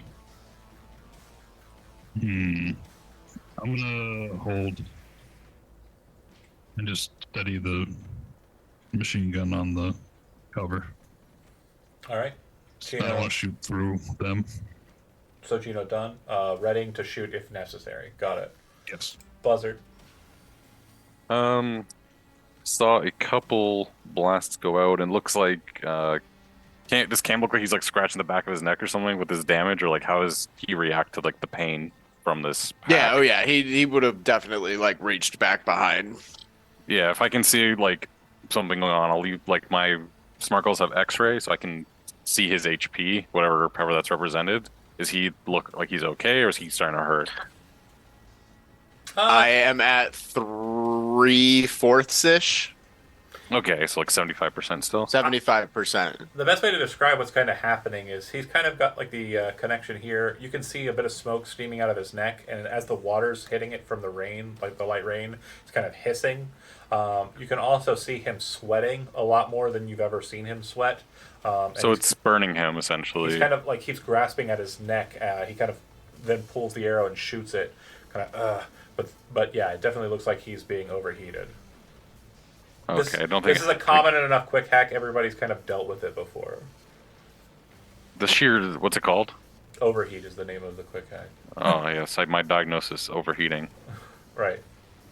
Yeah, so I'll try to head towards Cam then. Reaching into my bag, preparing a nice salve, a little aloe vera for you. You got 6 move, right? 6 move. Yeah, you could have gotten to him. what? Bucket is slow. Oh, wait, no. You could have gotten to him. You'll be Oh right. my god. Oh, sweet. Okay, then my action, pull out. Let's hit him with a bounce back. We'll slap it on the back of his neck. Okay. So he'll heal 2 HP, and then another 2 HP for 10 rounds. Yep. At Freya. So it should help to mitigate Burning. your burning. Yeah, shit. Thank you. So that's 1 charge off my med bag. So I can use that. I can use 1 more combat medicine, and then I can destroy my med bag to use it a 3rd time if I need to. Correct. But you I mean cannot use the destroy a med bag another time during the same combat. It's 1 med bag per destroy a med bag. Yeah, no, I don't really want to destroy my med bag. Right. And out of character, that's a homebrew shenanigans to kind of point to the healing capabilities that are presented in the 2077 version of Cyberpunk. Okay, cool. Buzzard, solid healing, good job. It goes to him. So he cannot perform a range attack. He's kind of reaching down for the pistol. The eyes kind of glowing red. You've got your hand on his chest, so he's not able to draw the gun up out of his holster. And the big gun is kind of held there down. It's not able to kind of move out to kind of shoot, but it is certainly able to whip again. And it will do so. So he's going to have a -2 penalty to his melee weapon attack here. But he's going to swing again at the grappler. And you can go ahead and make an evasion roll to attempt to evade. Wow. Beautiful. I get to, like, 33 just on that slam him back into the evasion. ground. So- Float like a butterfly. 33. So basically the gun kind of moves up and you kind of push down on the middle portion where it kind of connects to the whipping part. And you slam it back down into the dirt. You then see the eye flare. And I'm going to, the action I used last turn with my, the thing that I was doing last turn. I'm going to go ahead and do that now. And so I need, hold on. Got it. Okay, so I will then attempt a check to remove myself from the grapple. I get an extra action this turn. That's what I'm going to give it. I'm going to give it a go for that. So you're going to make another brawling, dexterity brawling, just brawling from your fighting stuff, and I'm going to do likewise to attempt to remove myself from the grapple. Do we want to use? Oh, she already clicked it. Oh, but it's, I was like, do we want to use I any didn't luck? know if I could use.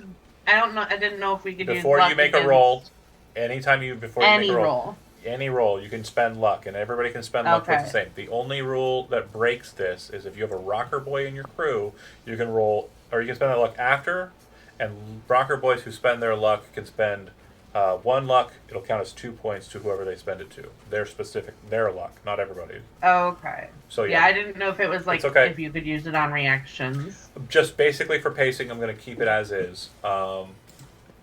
And Barry will throw you off of him.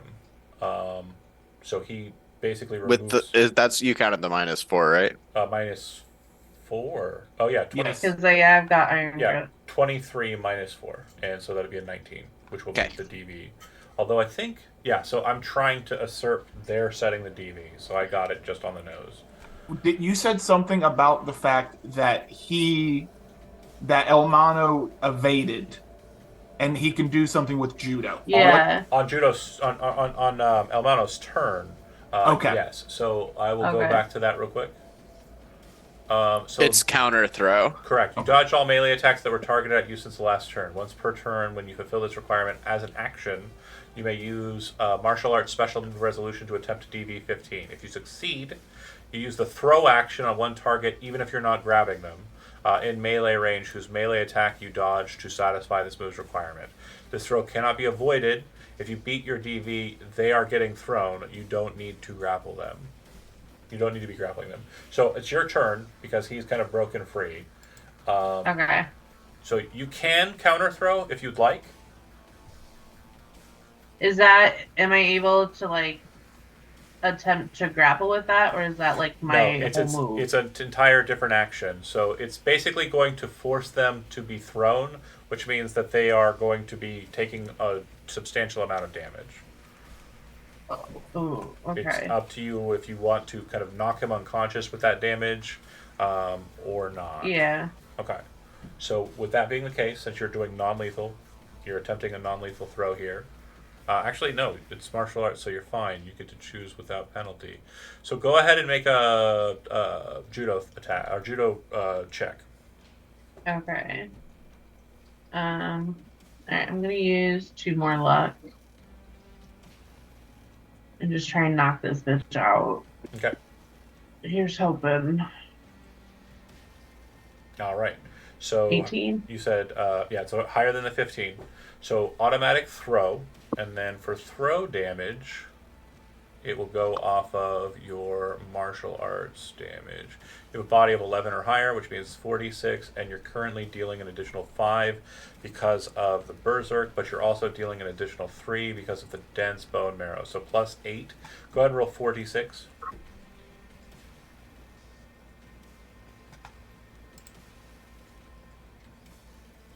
Okay, so plus 8 would be a total of 21, and it ignores all armor. Okay. Okay. All right.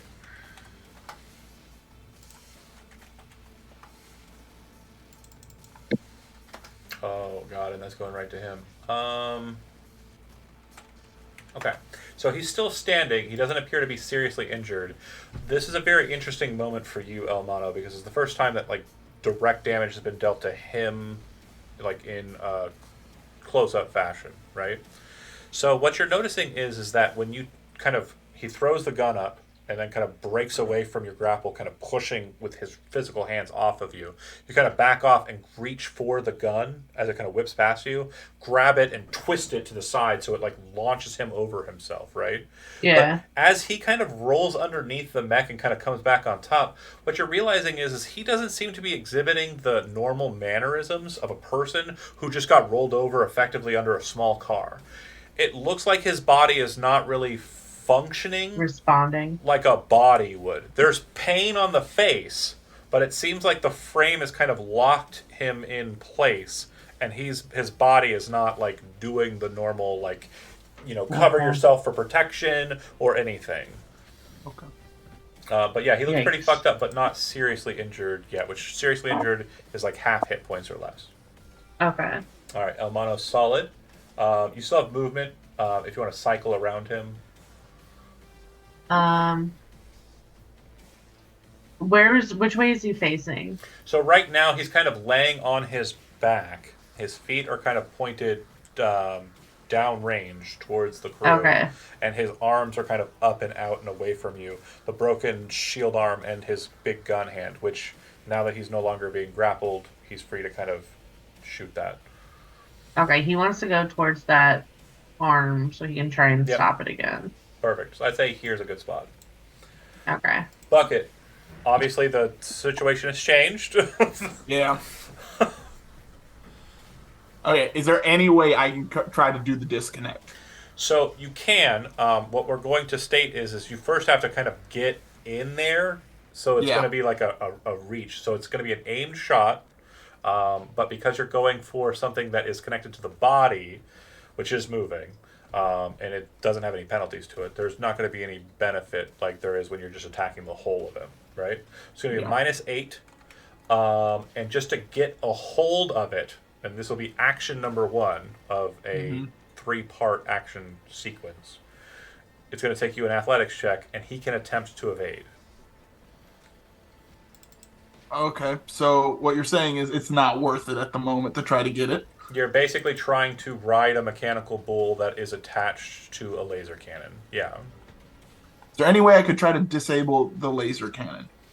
I.e. the arm. I have a fire-heavy shotgun. If I can blow off that arm... If you're wanting to shoot at it, you can. So that's absolutely a possibility. You can aim shot at it. I don't... Yeah. It's a -8 to the attack roll, but -4 because it's the whole of it, not just the little guy. And so, yeah, you can go ahead and shoot at a -4 penalty. It's a shotgun shell, which normally spreads outwards, but because you're down-shotting it, it won't shoot into Mano. Okay. I can use luck. I want to use the rest of my 3 luck because I think if we can disable him, I don't think I'll need luck to get the suit disconnected, but I need luck to get this gun away. So I'm going to use the last of my 3 luck on this. Okay, and the shotgun attack.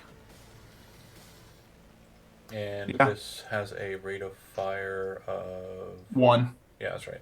Okay, so 21 at point blank range will hit. Plus 3, so 24 minus 8. You said no, -4. So 20. That'll hit the 19. That'll hit the gun. So the gun hits. It is on fire. It is. Only... Well, I didn't want to. I wanted to hit the arm, not the gun. Well, that was very particular. Again, I mean, like you're hitting the kind of the frame of the gun. Sorry. Again, you're trying to disable. For mechanical purposes. Gun, so you're trying to disable the gun. Is that correct?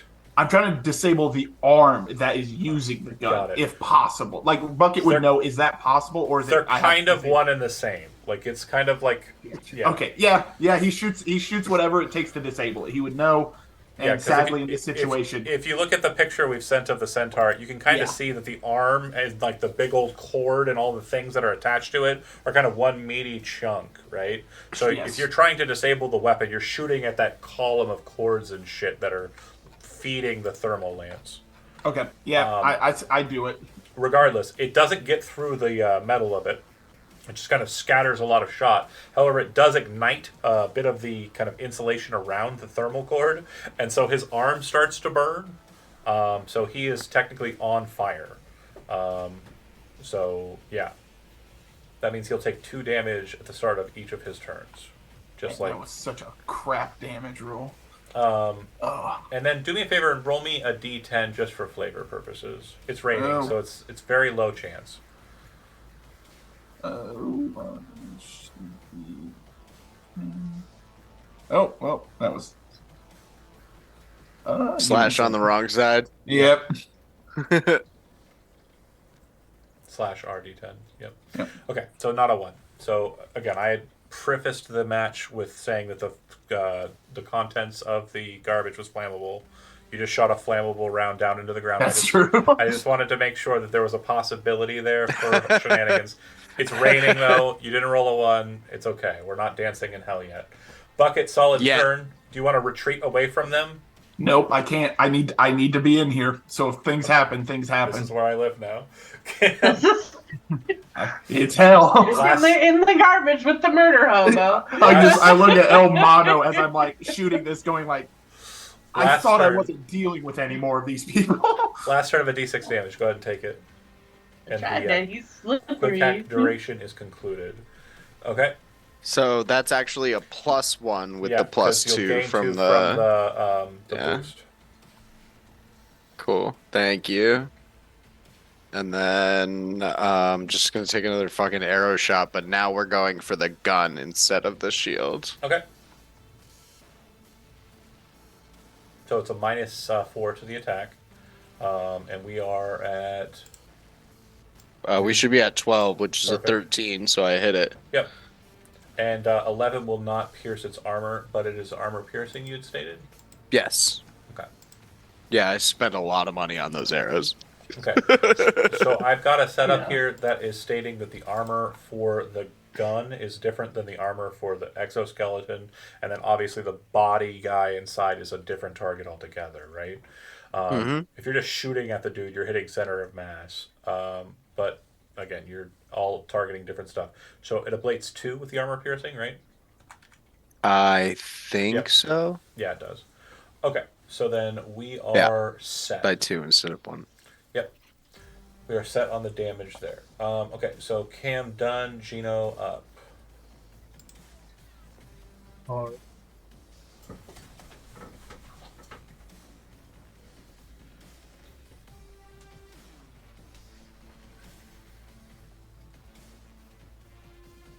I would possibly hit him, hit Bucket, right? No, there's no chance of you shooting your allies. You can kind of shoot around them. Like, he is presenting cover in a sense, but like he's not able to use him as a human shield because he's not holding Bucket yet. I mean, he's not holding Right. Bucket ever. Don't say that. Don't say it like that. We're gonna switch to auto fire. I don't have an option to switch. Yeah, it should. Hold on. Bear with. You are Gino. I am. This is the gun. Oh, we got a lot of edits open here. What are you doing? This is an assault rifle you have open here. There's a rocket launch. You have It's 2 down. rocket It's down. launches. Auto fire is clicked and set, so you're just going to go ahead and close out the edit, and then you're just going to go ahead and hit attack on the Militech MK31 HMG. I like how when John has either of our pages open, he turns on the accent. I can't help it. So we're looking at a 14-meter spread, so that means you needed a 20 to hit, and you did not. So you are going to dump 10 rounds with this, so that's a total of 12 rounds that have been fired out of it. Keep track of your ammo. And then, Yeah. the damage would have been 3d6 instead of 2d6, but I don't know if you can change that or not. If not, we'll just roll an extra d6 and add it. Okay, so nothing. Boom, boom, boom, boom, boom. It's hitting the ground. It's hitting nearby. Bucket's like, oh! As I think it's sprayed by auto fire. for folks who have watched the Edge Runners, Adam Smasher has one of these. This is the big ass fucking machine gun that he uses. Okay, Gino done. Yeah. Yeah, you definitely We're gonna work you're on doing it. your best. You're doing your best, and I We appreciate you. that. The American way. Just put up a lot of lead. You're firing a lot of ammo downrange, you know? Buzzard, you're up. Okay. And I'm going to give you a freebie here. Do me a favor. You've been kind of watching the scene, and you would have Yeah. saw In kind of, X-ray vision. yeah. So you definitely X-ray vision says you know their current hit points at all times, right? Oh yeah. So he has 43 hit points remaining. Like him as Barry, or yeah. Him as Barry. Yeah. Out of 80, and from what your understanding of that is he's not a person anymore. He is very much just a thing that is being puppeteered by the suit. So whatever the suit is Like doing, he has like a heartbeat and stuff. oh yeah, though. he can die, but the linear Okay. frame is the strings. Yeah. So if this guy dies, it's fine because the It's linear not gonna frame is stop still anything. actuating and moving. So if he dies, it'll keep moving, just using his body as just like a. it's just a framework Some- for him. Oh, It's not even a wonderful. puppet. So like, yeah, he can die inside. That's fine. But the Dang. the So machine, the frame is wearing him instead of him wearing the what? Correct. Dang. But keep in mind, the 43 remaining out of 80 is him, and I mean to say the frame is him as well. So he's taken damage. He's kind of breaks and everything. That's not just to him. That's also him being thrown down. That 43 How are they is doing on responsible for the frame? They were trying to disable the gun. How's that doing? Not very good. You're not a tech guy, but you can tell that it doesn't look like any of the rounds have gotten through. You can see it on Bucket's face that nothing's Have you ever- working like. Have you ever played Skyrim and like shot an arrow at something and the arrow kind of like just bounces off and flies Yeah. away? That's literally All the what time. the arrow did when Cam shot it. Okay, so is it blah? What am I trying to say? So the gun is almost as thick as the shield then. Uh-huh. Like Possibly so it's- thicker. Possibly so thicker. jeez, the shield's there. He's to using it as a bait bludgeoning you. weapon, and it's not taking Chunky. damage. Like, Yeah. And Bucket, or he tried to go for the servos, but essentially the servos and the gun, it's the whole just being counted as one thing mechanically. Correct. Okay. It's hard Do to we still want to keep differentiate, going but down yeah. that avenue? Shooting the like- gun it's going to be like a very long core issue. If you keep hurting the frame that is in the middle there, it will potentially lead to like a catastrophic failure. What about the batteries? Or is that going to be a big boom? That might be a big explosion. Okay, not the batteries then. Okay, then you know what? We'll just I go. mean- Let's hammer the frame. I just got to make sure I'm getting within 6 However- of him. However, if you want to try aiming really precise, you could try and shoot the connectors for the battery instead. With an SMG. Sure. Oh my god. Is there any tech roll? Like, I would know this kind of stuff about Yeah. this. No. thing. If this guy But wasn't anyway, if this guy wasn't moving around, you could totally unplug him and be fine. The problem is every time you attempt something, the body is going to resist. The frame puppet is going to resist. The if El Mono can re-grapple him, the does that legs. help? Yeah, the legs aren't working The for legs purpose. are still disabled. Yeah, that means he can't move, but he can still kind of roll around and block and dodge and stuff, which is, again, awkward, to say the least. But yeah, if El Mano had a hold of him, it would be easier for you to get in there and grab what you need. So I'll try again. I'm gonna spray and pray the linear, like just the frame. The Just try to frame. get some damage on it. Perfect. Maybe I'll hit a wire or something. Go ahead. Doc, why are let's you do so it. close? Auto fire, shoot it Auto away. fire. Yeah, I have a recoil wrangler, so I'm trying to get in there, and I have the focus fire perk. Let's do it. I do love the idea that the two Hogwatch like veteran people who have dealt with this are the farthest back. That's how you're still alive. how do Don't you get think close we to keep the- surviving? Like, Okay, so we are at range less than 6, right? So we're Yeah. good. Perfect. 20 on the nose, which means that it's a 21 to go. Oh, you have to exceed the D. Aw. So Oh, is that like to get if I'm within 6? What does it say? aim shots with the attached weapon gain +1 bonus. But you're not. The you're not- DV for attacks within 0 to 6 is reduced by 3. Got it. So then, yeah, you are at a 17, so that'll be a success. Go ahead and do an 11 damage. And let's see. You said you were just shooting for the body straight. No Yeah, I'm just. doubles. So that means that his chest body area, which is already reduced a little bit, will just be reduced a bit more. These aren't armor piercing or anything. I don't think so. I think they're just bullets. Okay. So it's not enough to pierce his. Oh wait, he's got Kevlar on. Yeah, it is enough to pierce his armor. And his armor's at 5 now. I am a silly goose. I keep forgetting. There's 3 armors I'm playing with here. So he'll take 4. To the frame or the person, which includes the frame. Okay, perfect. Buzzard, solid shots. You definitely see that this is a good method. It seems like you're shooting out for lack of a better term, the strings. All right. And then with the last little bit of movement, I'm gonna try to see if I can snirk back behind cover. Yeah, I'm gonna try to get back here. Just get a little snirk. I think that's all I got left. Okay. Barry will move the gun, point it directly at Elmano, point blank range, and pull the trigger. Which this would be turn 3, by the way. Yeah, Just yeah, in case yeah. anybody was keeping track. So Elmano, you have a reflex of 8. Yeah. You can go ahead and make an evasion roll to dodge bullets. I'll use your luck. Use whatever you got left. Oh, 2. Don't Shit. don't get shot. Yeah. I'll use... Anyone got anything? Oh, they cheat with it. Oh, That's- fuck. What? Is that not enough? No. 25 in With 2? total, man. No. It's not that. It's something else. I didn't expect it to happen, but I put it in there for a purpose. You roll poorly, John, and hurt yourself. Okay. Oh Elmano, no. Elmano, do me a favor. Roll a d10. Oh god. And what's your backup character idea? Oh, God. Okay. Eight. So, Like, a ballerina, I guess? so I don't fucking know. the weapon has a smart link operative to it. So when I roll and fail on an attack roll, I then roll again. But instead of me rolling a second attack and having a whole nother block of shit to read on my side, I typically will just have the player who's being shot at roll the check for me and use their dice roll.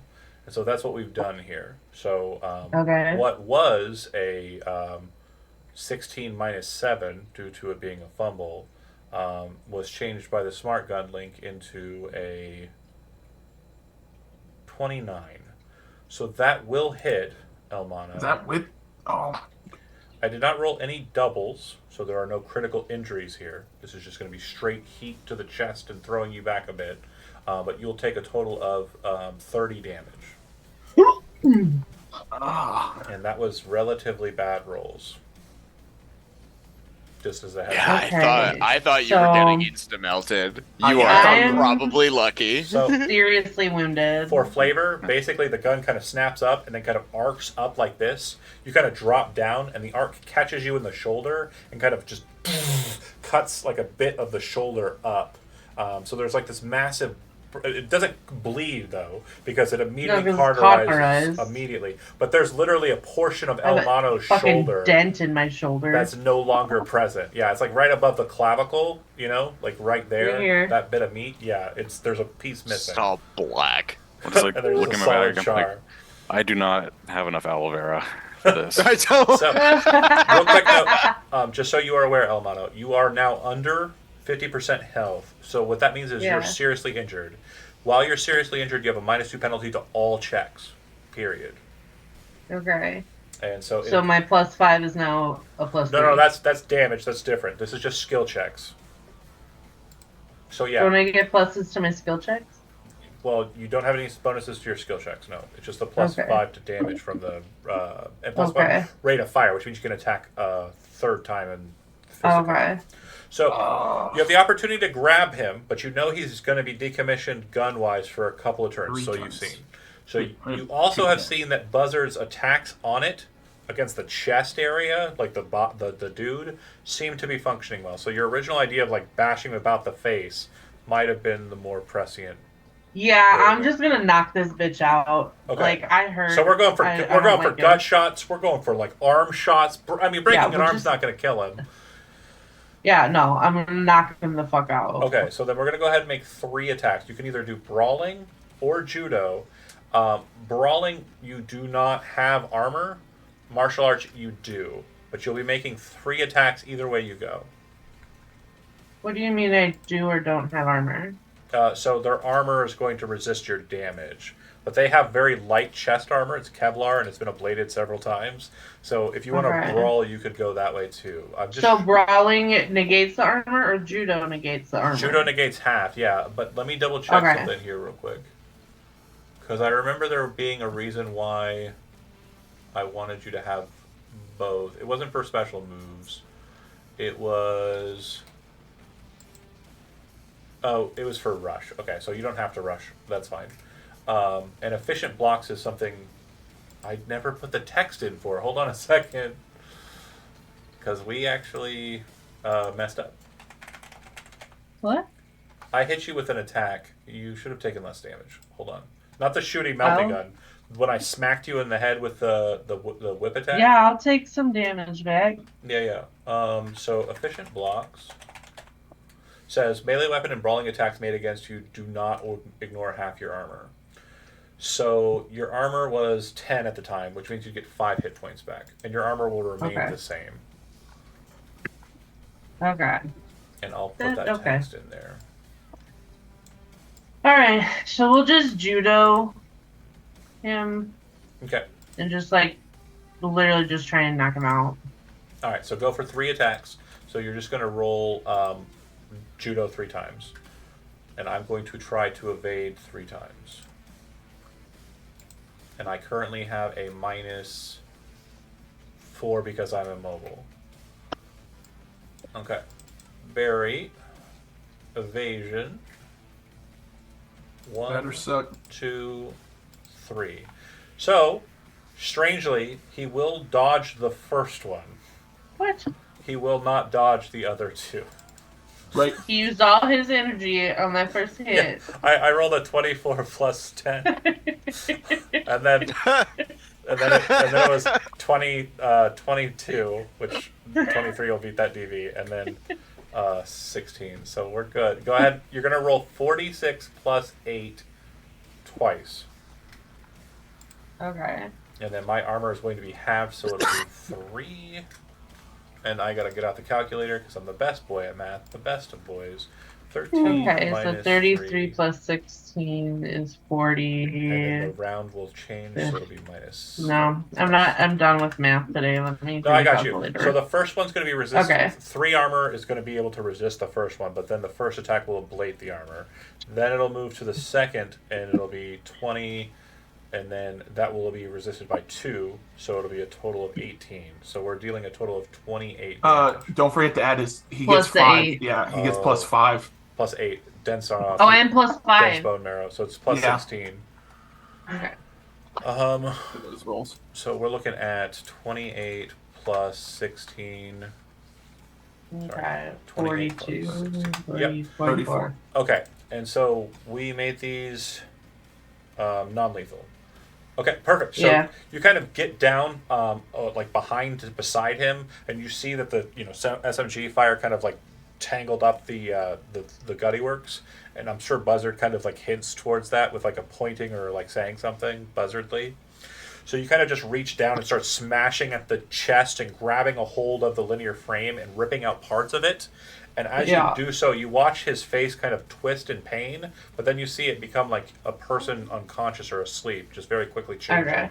But the body doesn't seem to reflect that. It just, the face kind of, but the suit doesn't seem to be operational anymore. Okay. We're going to stay in combat initiative for just a bit. I just want to make sure that everything goes clear. So, Elmano, after your massive beatdown of him, it'll go to Bucket. What do you want to do immediately after you see him kind of stop moving? Okay, so could I just make a cyber check now to just stop this? So cyber tech is the check that you'll need to make as you kind of get down. This will determine, your result will determine how many actions it will require you to pull it without it being a problem. And I have the DVs set at increments of 5, starting at 15. And so the higher that you go, the less number of actions it'll take. We're starting at 3 actions. So 16 or better will be 3 or successful 3 actions. If you roll less than a 15, you're just doing a bad job. Yeah. Okay, I'm gonna roll it. I'll give you 3 luck. 3 luck. So 27. 27. Okay, so I said 5s, so 15, 20, 25. You beat, so it's going to do it in 1 action. So you kind of get down as El Mano's kind of, and then kind of stops looking over it, kind of like, and then the like red symbol still glowing on his chest because of Berserk. You kind of get behind him and you go, oh, and kind of, and pull the plug from the linear frame, not from his head. So there's like this cord hanging out of the back of his head, but his body just goes limp. But you can see that he's still breathing. We're going to maintain for a moment here. Cam, you are up. Is there anything that you want to do? Like, you see the situation as I just described it. It definitely looks like you've got him. +2 from the stim still. How many rounds is that? 10. So there's 9 more. Yeah. Or There's For mechanical 7 purposes, more, I think. yeah, it's a total. 8 more. 7 more. It's a total of 10, right? Yeah. Yeah. Should I be a can't total remember of how 20 many rounds rounds. at the end of it. Okay. But I don't think it can recover past seriously injured, can it? Let's see. I forget how I worded it. It just says it can't be like you can't put multiple Got it. bounce backs on the same person. I'll double check my wording later, but now's not the time. Just if you want to go ahead, just gain that hit point total back. Is there anything Yep. you want to do during this turn, though? No, I don't think so. Cam's just getting a good recording of everything that's happening. Gino? I imagine it's Gino's job to like put the fucking cuffs on. Oh God. Yeah.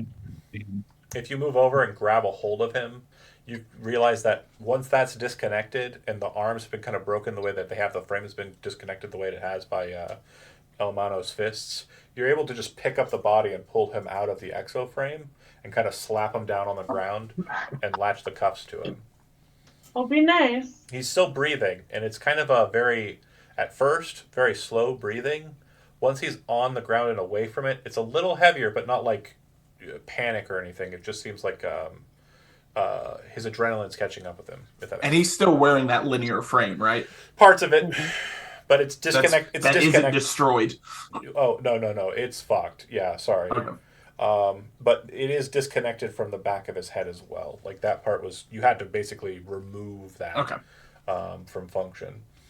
So, Gino, you got him out. You're cuffing him, securing the asset. Buzzard, last call. He's stable, right? Like no, Mhm. we don't need to put him in a cryo bag or anything. Correct. Okay, well, no, I'm good unless we're. I want to holler at the doc and say, please check on the wrestler who just took a chunk of his shoulder. Oh yeah, Like, I'm like, please that's check on our He's just savior like- over here. He's literally like just like sticking his finger in the Okay. the little crevice. Just like, oh Lord. So, when you kind of get him situated, and at the very end point here, there is a kind of charge up counter, kind of like a display signal on the thermal cannon. So as you're shooting it, you can see where its charge level is, what its pulse rate is, etc. You see that display shift and change, and an icon appear on it, and the icon appears to be a small, almost atom bomb-like symbol.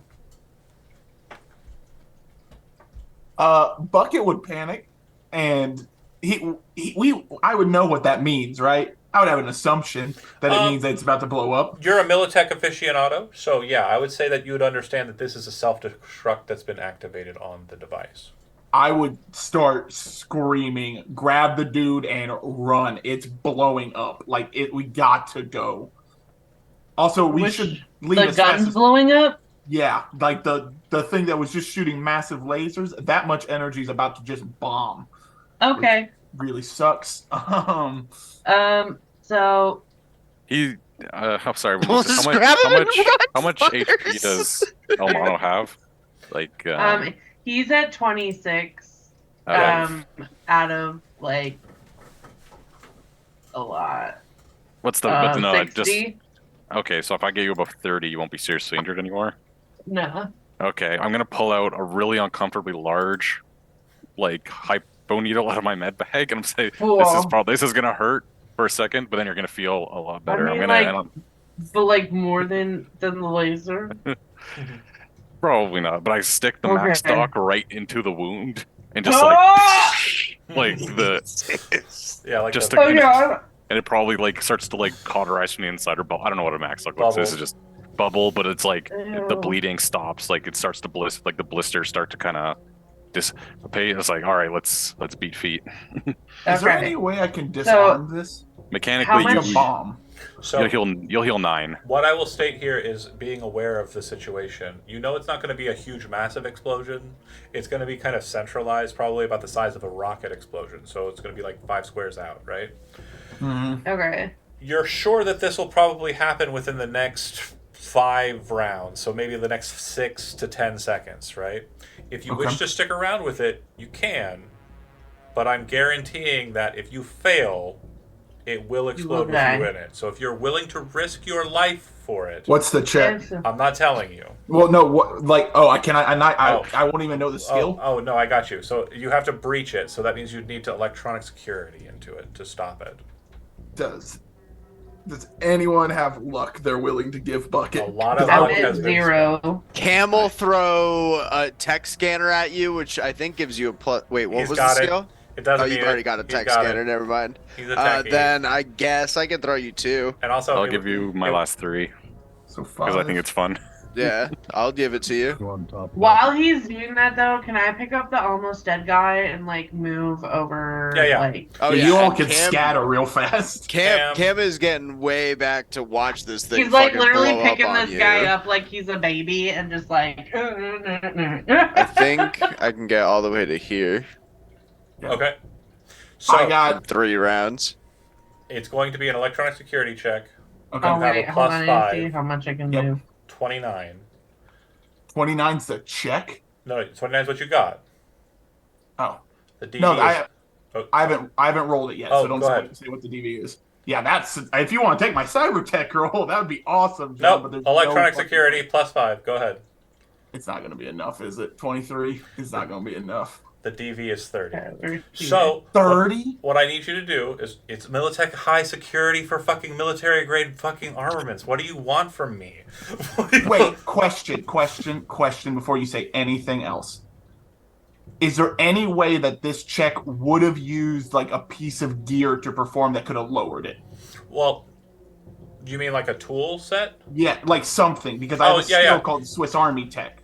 Oh, You no, can no. use a tech bag. Yeah, you'll have a +2. That's fine. So it's 20 plus the 5 is 25. It's still too low. But yeah. We are where we're at. So this is the situation as it stands. So I'm going to go to the rocket launcher rules. And I'm going to read those real quick. 'Cause Yeah. It's been a while. And Yeah. we don't use them very often. No. Explosive. Explosive Yeah. is the word I want. Because that's what we're doing. I thought I was gonna die, man. Oh, no.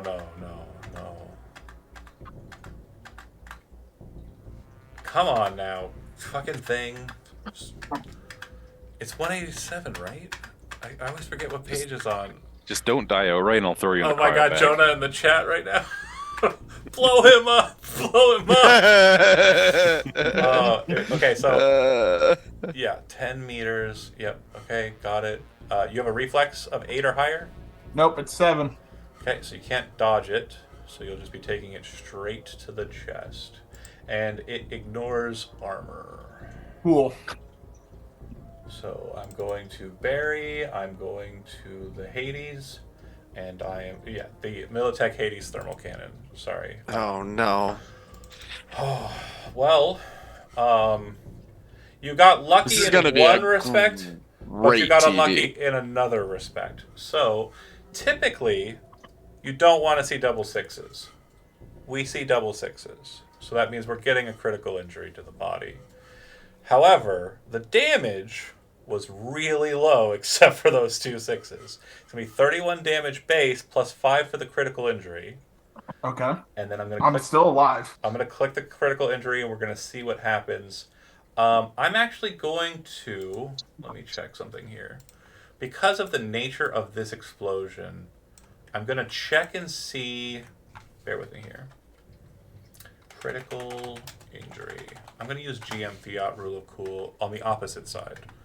So obviously we want to see the most realistic kind of thing happen here, right? You tell me how big that explosion is, I can tell you what's going to happen. For GM roll. Did anybody see that or no? No, I didn't see anything. Nope. So we're looking at thing I met a doctor friend recently to put some new shit on me. You guys are gonna have a big medical bill after this. Okay. Hmm. So I Maybe. think this one's probably going to be the most interesting, just due in part to how this is happening. You're on the thermal cannon, you're entering into this electronic security, you're kind of moving towards it, and then you see a large X appear on it, and then you see that the detonator time switch alters due to an attempt at hack, or attempt at a breach rather, causes it to activate early. It detonates, and when it does so, you feel the explosion hit you. You can feel the pulse of it kind of throwing you back, and you can all see Bucket just kind of launch into the air, slam into the ground like a rag doll. So you're obviously seriously injured. But because your hand was on the thermal cannon as it was going, the explosion blew up your arm and took it clean off. Which arm? It matters. Great question. I'm going to put that to random chance. So looking at Bucket, you have a right arm that is mechanical, or left arm is mechanical. Left arm is mechanical. Right arm has a lot of my cool shit. Okay. So roll a d6, and if it's 1, 2, or 3, it'll be your meat hand. If it's 5 or 4, 5, or 6, it'll be your metal hand. Cool. Awesome. Slash RD6. The meat hand is obliterated. There's some charcoaling to the metal hand, but the meat hand gone. Just obliterated. Like when you kind of got hit, you were kind of turning away, and so it kind of like burned up this side, hit you on the side of the chest, launched you, and that was where most of that damage hit. Your armor jack stopped your lung from collapsing and your ribs from breaking, and it kind of just sent you flying, and you hit the ground. There's blood just shooting out of his mouth, complete darkened color to him as like the thermal cannon kind of burned him quite a bit. And I will state, because it's a thermal cannon explosion, he is on fire. So Okay. that's your action when you hit the ground. You're not unconscious. The next turn, you're just stop, drop, and roll. Although the stop is not you don't get to choose, and also the drop wasn't your choice either. So just the rolling is the thing that you're doing in the muck. You have 4 hit points. Yep. I live. So Yeah. I need a new arm. Which sucks. A dismembered arm, you obviously drop any items that you had in it. I'm going to say due to the obliterative nature, if you were holding tools, so those are gone too. That just makes the most sense. All my fun stuff, my tool hand, cool. And then, So if you we wish can give you. to stop the penalty from existing, he has a base death save penalty that's increased by 1. Not super important right now because he's not dying. But if you wish to stop the wound entirely with a surgery check, it's a DV17 to fix him. Surgery, not paramedic. Surgery. Okay. This is Sorry, a lost I arm. just always give think you that. anything that you're doing on the road my brain goes paramedic for some reason. There are Yeah. the deeper wounds go to surgery, the lighter but still bad wounds go to paramedic, and then the insanely easy to fix wounds, which I don't think there are any wounds, like critical injuries rather, that go off of first aid, but first aid will help with like small shit. Alright, so we'll do surgery because we're trying to stop him from bleeding out essentially. Quick fixes is what I was looking for. Quick fixes work for first aid. There's no quick fix for a dismembered arm. Badly. Okay. Yeah, you're good. So what I will say is with that check, because it'll actually take precedent moving forward for treatment, you can, if you have it in your availability, use another cyber arm to replace that once you get him back to the clinic. Or if you want to... I mean, if he's got eddies, I'll happily to attach a cyber arm for him. If he wants to not put a cyber arm onto that location, he could just put a meat arm, and you could clone one relatively quick. Okay. Do you want to take? Are you okay to? Do you want to walk all fucked up, or do you want to get stuffed in the cryo bag until we get back into the clinic? I can carry you. I don't think. Do I have a choice Like in a this little matter? Am I baby. awake? Oh, you're conscious. Yeah. Oh, cool. It's for your comfort. You know? have 4 hit points, you said? Yeah, I will carry you. I'll just carry both of them. You're still conscious and awake while you're I'll walk. dying. Like I'll walk. the only thing. If it's not going to kill me, I'll walk. Okay. Yeah. Gets up. like just like a bit of like crude material kind of drops off from where the wound was like cinched. And Do you want like, some morphine? Like, because like he's like seriously injured still, right? uh-huh. Here, do you want to hit a morphine? Yeah, if possible. I'll stick him with it. I'll stick him with a stim, so you get 1 hour of you're not affected by seriously injured. Cool. So think of it like a painkiller.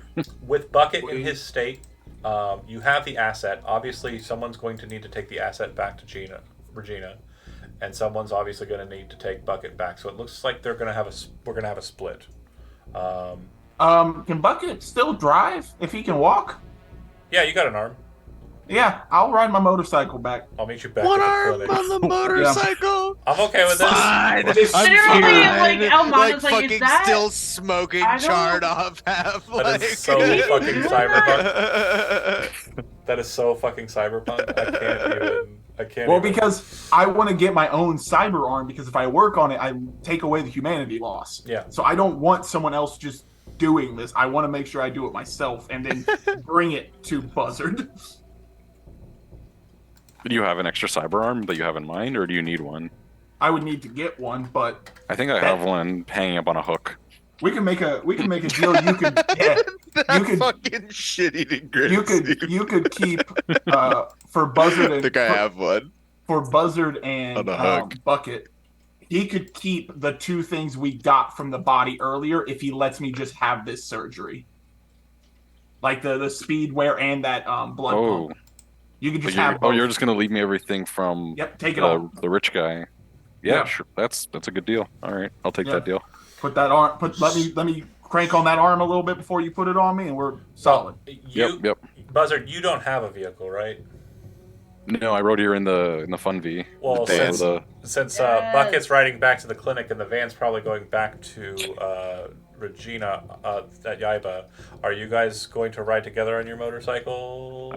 I don't know how comfortable I feel holding on No, the back of a one-armed biker. He'll get back there eventually, right? Like it won't be. I mean, the other option is to call the squad car and let Gino take the suspect with Elmano back to Regina, and I can drive the van to the clinic behind I'm the so glad we have motorcycle. that squad. Because I want to get that talking head interview of like, so when you saw the picture that like was like a bomb was about to go off, what in your head was like, I'm gonna stand next to it?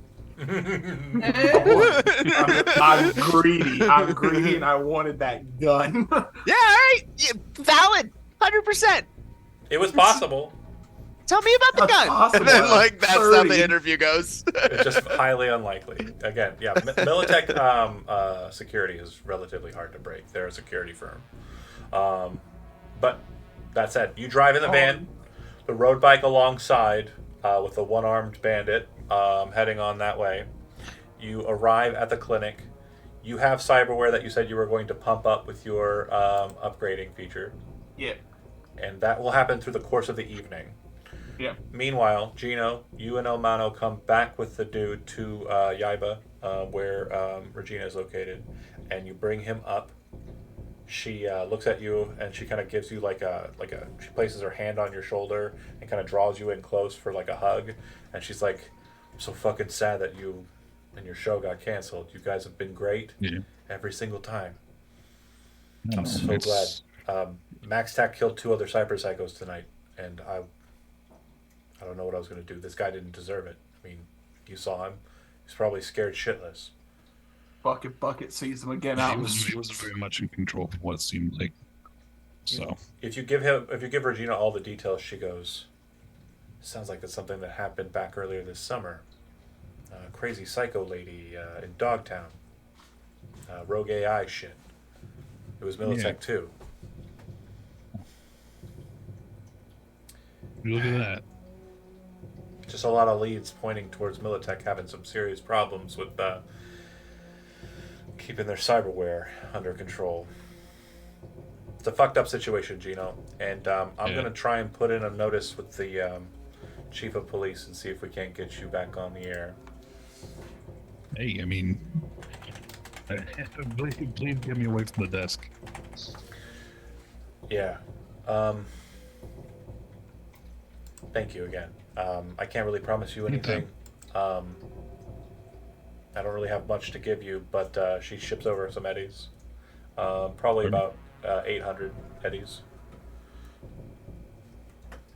It says, if any of your friends are looking for compensation, just let me know, and I'll get their information from you, and I'll send them over some eddies of whatever I got. Okay? And who am I with? Am I with you right now? Yeah. Are there any snacks? Yeah, we've got some snacks. Sure. A hole in his fucking shoulder. Okay, I just was like, you got pierogies? No, no. I had some really good ones earlier. Unfortunately, yeah, we don't have those. If you head over to wherever you're going, though, if you open the fridge, it's pre-packed. It's just a bunch of like, basically they're like foil like packages that are filled with food-like substances that taste like a thing. Oh, he totally takes like 4 of them. Yeah, for sure. And it's like, it's probably like more fruity flavors that you're grabbing here. Oh, hell yeah. So we're looking at like sour apple, watermelon. There's probably Yeah. like banana, strawberry banana, and like. He goes back and trades the strawberry banana for another watermelon. Okay, so double watermelon, sour apple. Like sour apple and whatever else. Yeah. But yeah, you grab some pre-pack, and you two head to the. Are you heading to the clinic as well? To regroup. We'll meet up on. Yeah. Okay, so we're all back at the shop. Effectively, Buzzard is waiting for Bucket to finish, but you're putting your upgrades in. So you just see Bucket with one arm just cranking on something. Just hell yeah. The tech ability maker. Let's take a look at that real quick. I just want to make sure we understand. You mean compression. Sorry, I for clarity, you're gonna have to go buy a cyber arm somewhere. It's not an arm I have; it's legs.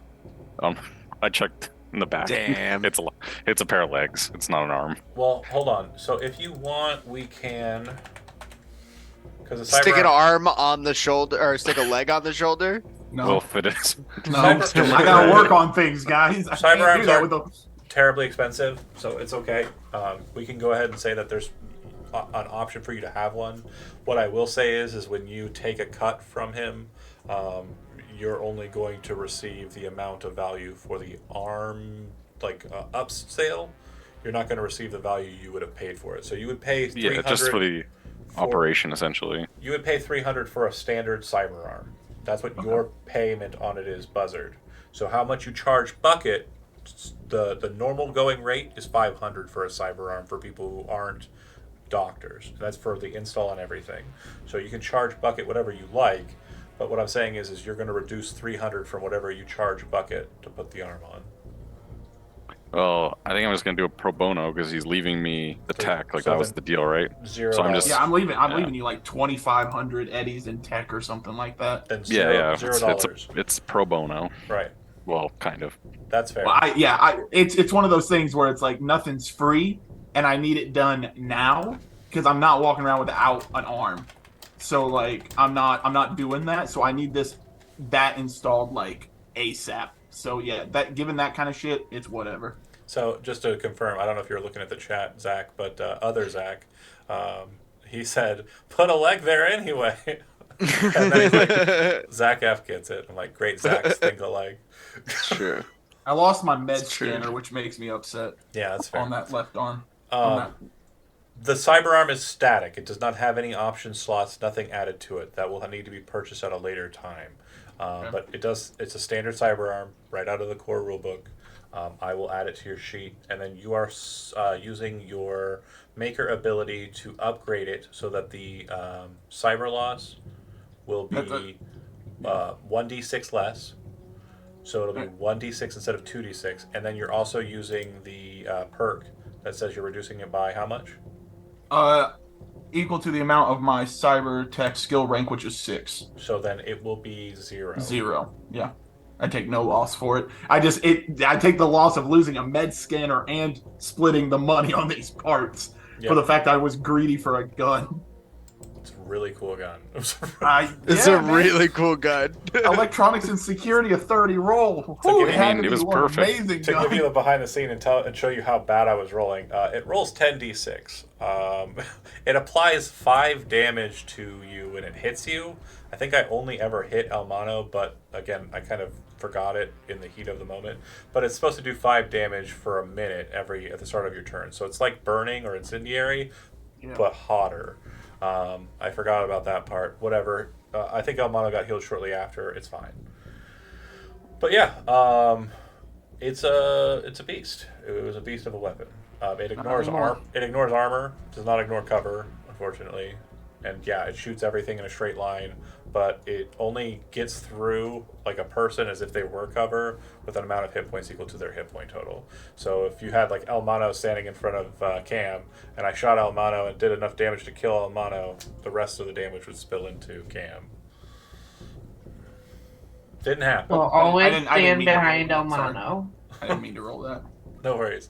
So, again, using your upgrade expertise, which I'm totally okay with, this is an item can only benefit from one upgrade. So you've upgraded your arm for the humanity loss benefit, which would make it so that you get no humanity loss in addition to the perk.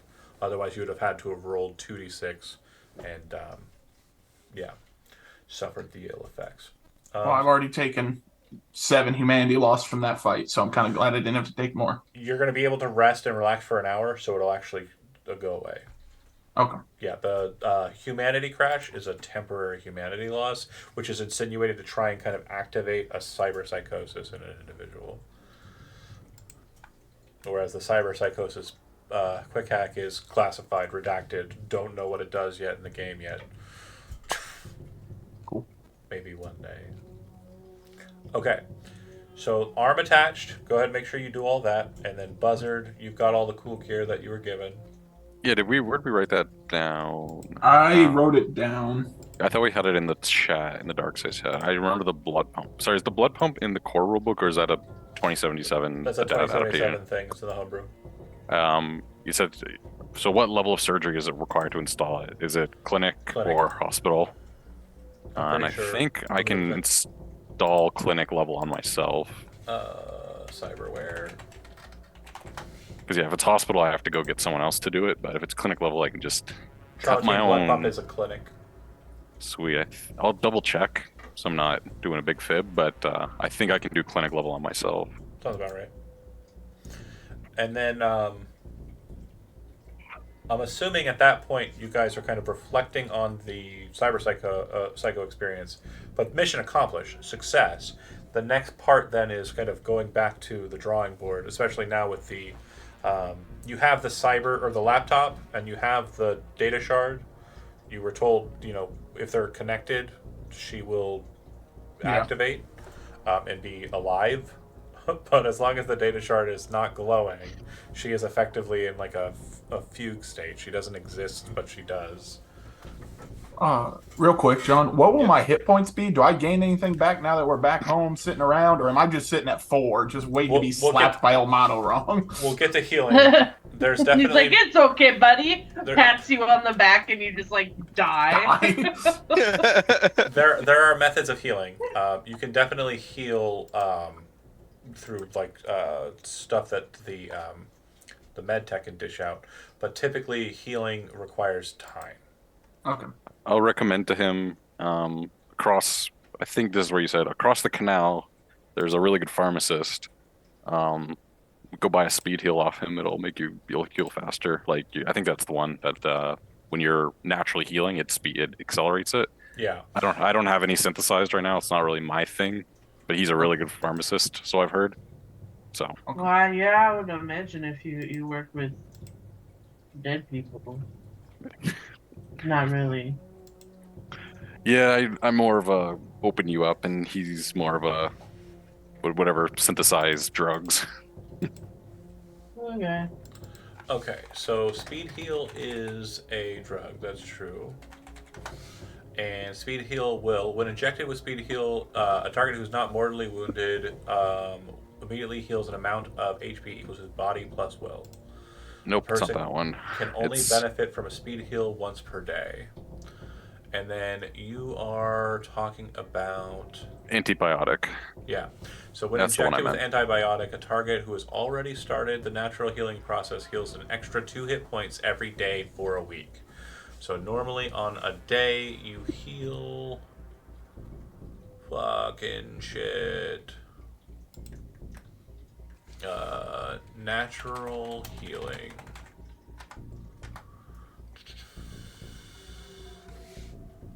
See page 222. Natural healing.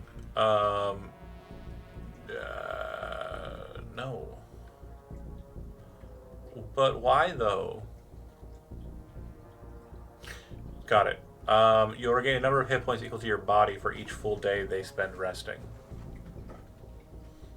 I don't really have time to rest at the moment, do I? So if you rest one day, again, while everybody else kind of situates themselves, and I think Elmano would probably benefit from a day's worth of healing. Yes. You both could go buy a speed heal. It'll heal you your body plus your willpower, and then you'll get one day full of. Buy two for yourself. First one you take on the day today. Tomorrow you take another speed heal and rest. So it'll be body times 3 plus will times 2. Hit points back. And it's just one day down. Okay. And can It's they a take bit- an Okay, antibiotic yeah. as well? Well, yeah, I you wouldn't could. need it. But it'd be more for long duration resting Oh, for okay. antibiotics. You How wouldn't much wanna are spend the those money. speed heals? Speed heal. Where's my money? So I don't know if they have a price listed, and they are typically something that is only available. Oh, doses. MedTech can make a number of doses from 200 EVA materials. So 200 EVA materials to make, and they're going to sell at an upcharge, probably 150%. So 500 eddies. A piece. They- I have because no money. They make a number of doses, I think, based on their pharmaceutical skill. Yeah. So it's like 200 to craft, but you end up with like probably like 10 at a time. Oh. You can applying a single dose. And if he's a pharmacist, he's probably making more. Okay, Yeah. then we'll go ahead and say 150 eddies per speed heal, so 300 for 2. And Elmano, you said you don't have money? Yeah. Okay. Well, Bucket would hop on his motorcycle and go get these. I would grab. I'm not grabbing 2 for Elmano. I'll grab 1 for him. So I'll grab a total of 3 and spend 450, and I'll take that out of my sheet. Okay, and then you'll give 1 to Okay. Elmano. Yep. As a goodwill, Thank like, you. hey, me and him were up on the thing together. So it's like I get back and hand it to him and say thanks for fighting with me, basically. Then Oh. Bucket will heal 3 times body, 2 times will. Elmano would heal 2 times body, 1 times will. Okay. So Heal 30. 14, Well, I'm back to 34 out of 40, y'all. 22. And so we kind of got about 20 minutes. So Elmano and Bucket, during the evening, Buzzard's putting a new arm on you. And that doesn't take long. Putting a new arm's not, I think it's clinic, right? Not hospital. Mhm. So boom, bam, new arm. And Elmano is resting and relaxing. Cam, Gino, and obviously Buzzard, you're a little indisposed in the evening, but is there anything that the other two would like to do during the evening time?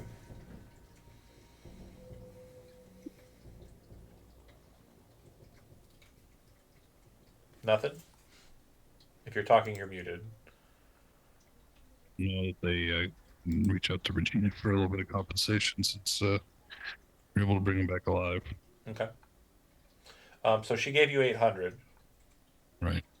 Are you calling for on behalf of the others? And you know, I could have just done that when I was there. Yeah. So if you can give her their contact information, she'll zip them 500 each. That Ooh. works. Yeah. Well, that covers the speed heals from a. Yeah. And Elmano, if you want to buy a second one, you can. I don't really need it. I'm at 57. Cool. So that said, that's Gino. Anything else, Gino?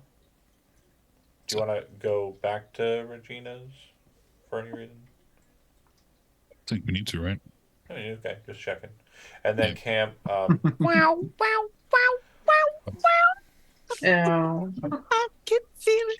I mean, they've had a bit of they've had a bit of a relationship. I mean, I'm just checking. Like they broke up, kind of, sort of, you know, but like whatever. I was just checking to see if he was gonna, shoot his shot. Oh, that's a weird way of saying it. Yeah. Cam, This whole freaking session has been full of weirdness.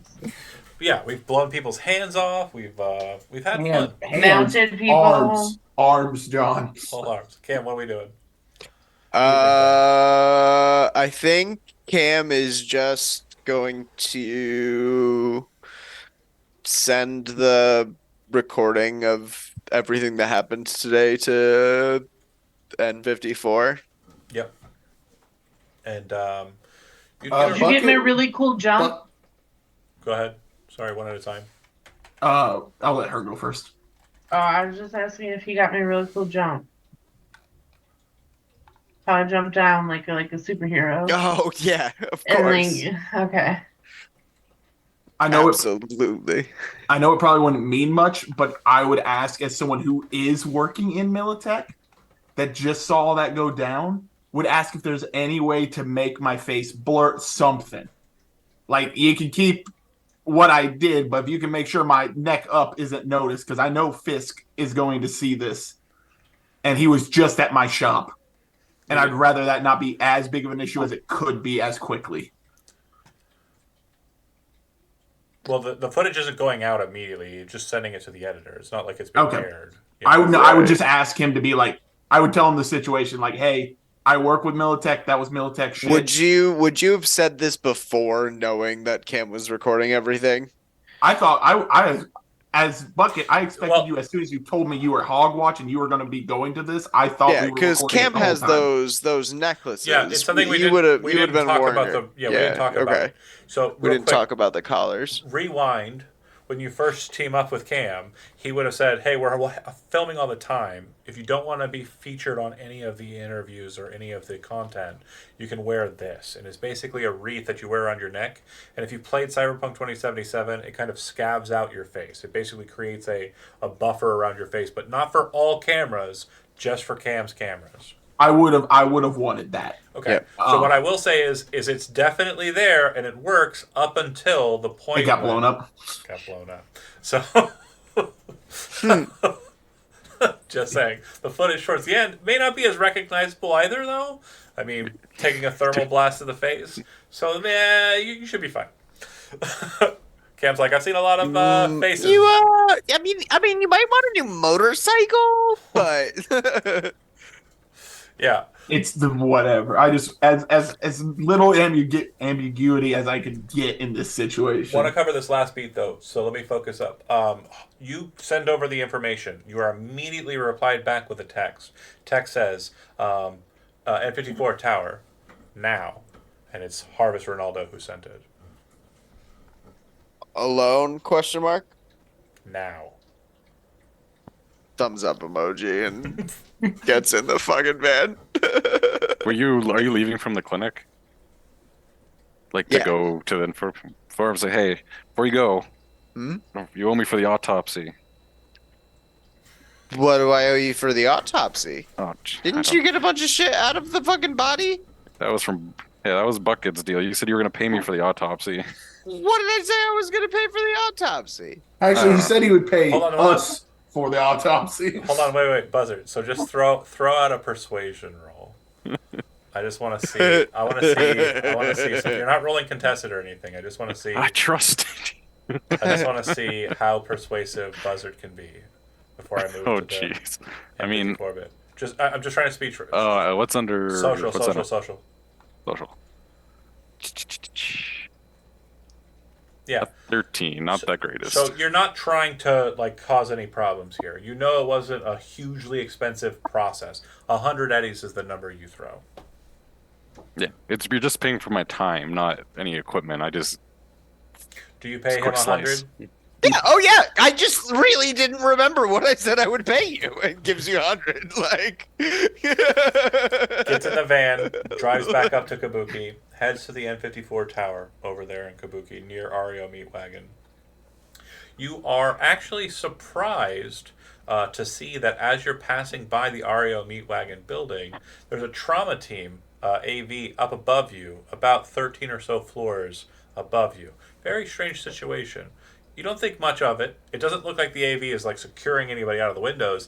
It actually looks like the AV is floating there with a Tsunami Arms helix pointed at the building. Strange. You drive underneath it. You head to the N54 building. It's about that moment you realize, like, it's late. It's close to 6 or 7 inches. You drive up to the N54 building, park the van, head inside, go up to the top floor into the studio, and quiet where he told you to meet. And there's Harvest, the exec kind of leader who ran the show and definitely does a lot of the kind of maneuvering of the schedule. As you enter in, he says, "I saw your footage. Interesting subject matter. I know you're not on task for that kind of activity. It's good footage, though. We'll try and fit it somewhere in. If there's a news report from NCPD or anything that they're trying to blast bulletin-wise, this will give us a good leg on that matter. But I gotta know, any updates on the investigation regarding our mutual acquaintance?" Oh yeah, that the fucker that the fucking cops gone picked up. He ain't nothing. Dead end. And so we got nothing on Orion's killer. I mean, we got a fucking whatchamacallit, fucking helmet from the Tiger Claws. Okay. So we're thinking also this fucker definitely like wait, there's a few ties to the oh, what's the name of the gang? Tiger Claws, Valentino's, Maelstrom. Maelstrom. Okay. Maelstrom gang as well. Seems like Orion was kind of mixed up in some things, and I'm sure you've seen in that fucking footage the fucking data shard thing. Yeah? Yeah. Well, I looked at most of the footage that you sent over regarding the attack in the industrial section. I haven't really caught much in the backlog, but I'm assuming that I'll check it. Yeah. You want I to see did. some shit and pulls up a fucking laptop with a data shard? Yeah, I did. I'll check that here in a bit, but I just want to make sure you're aware of a couple of things to be sure.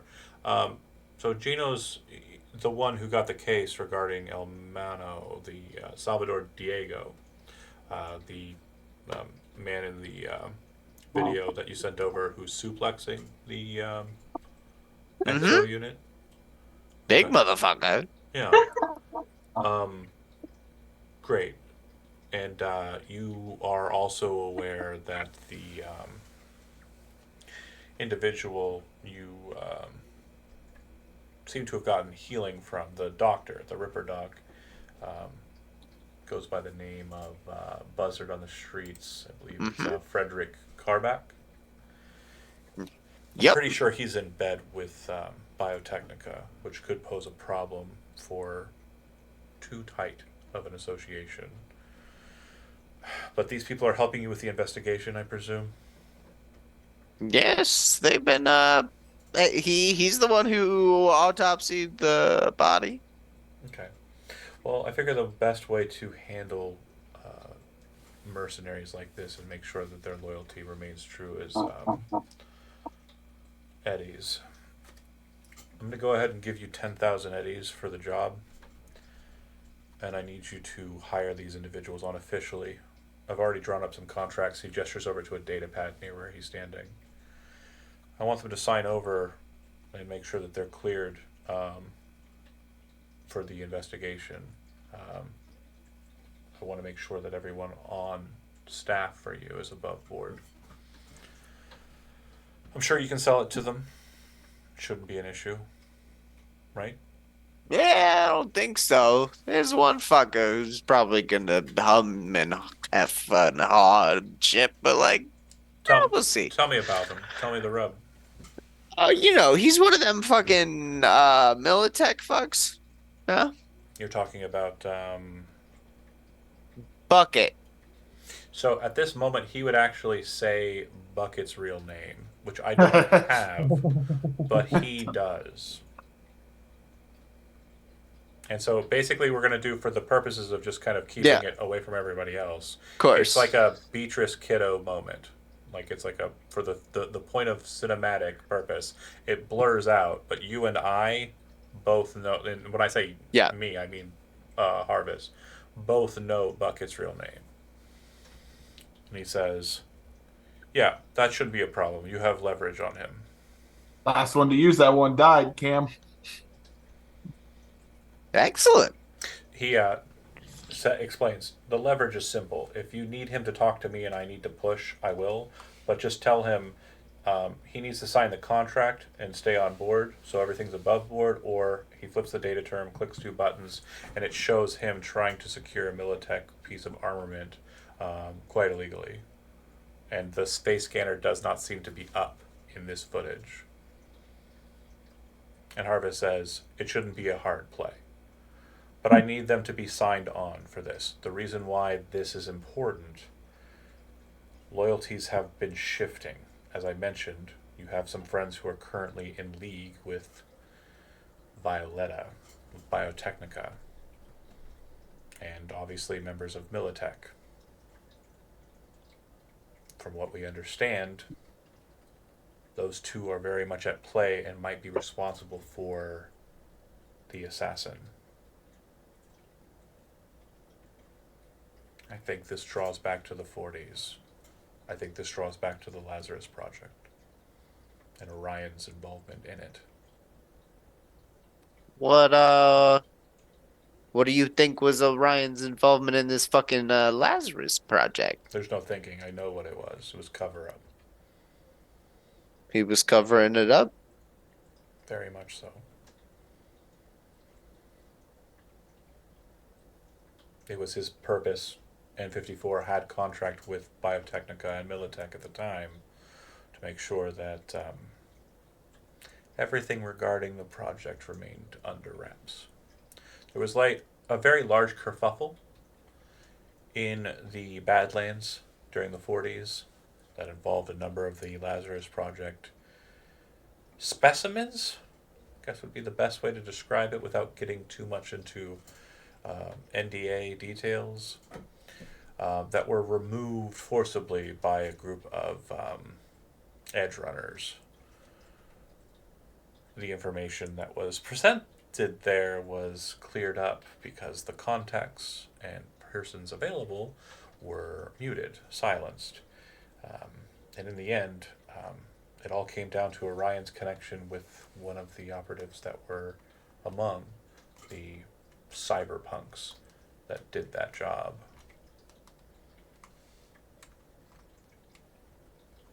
Which bunk? Fixer by the name of Zigzag. What was his connection to this fucking fixer? So he needed information regarding the cyberpunks and assurances that they would not talk.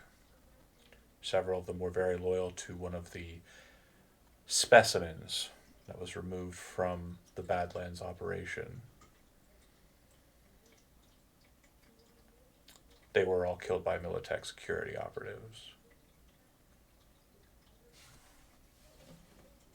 The way that they were gotten a hold of is Orion was able to convince Zigzag to giving them up.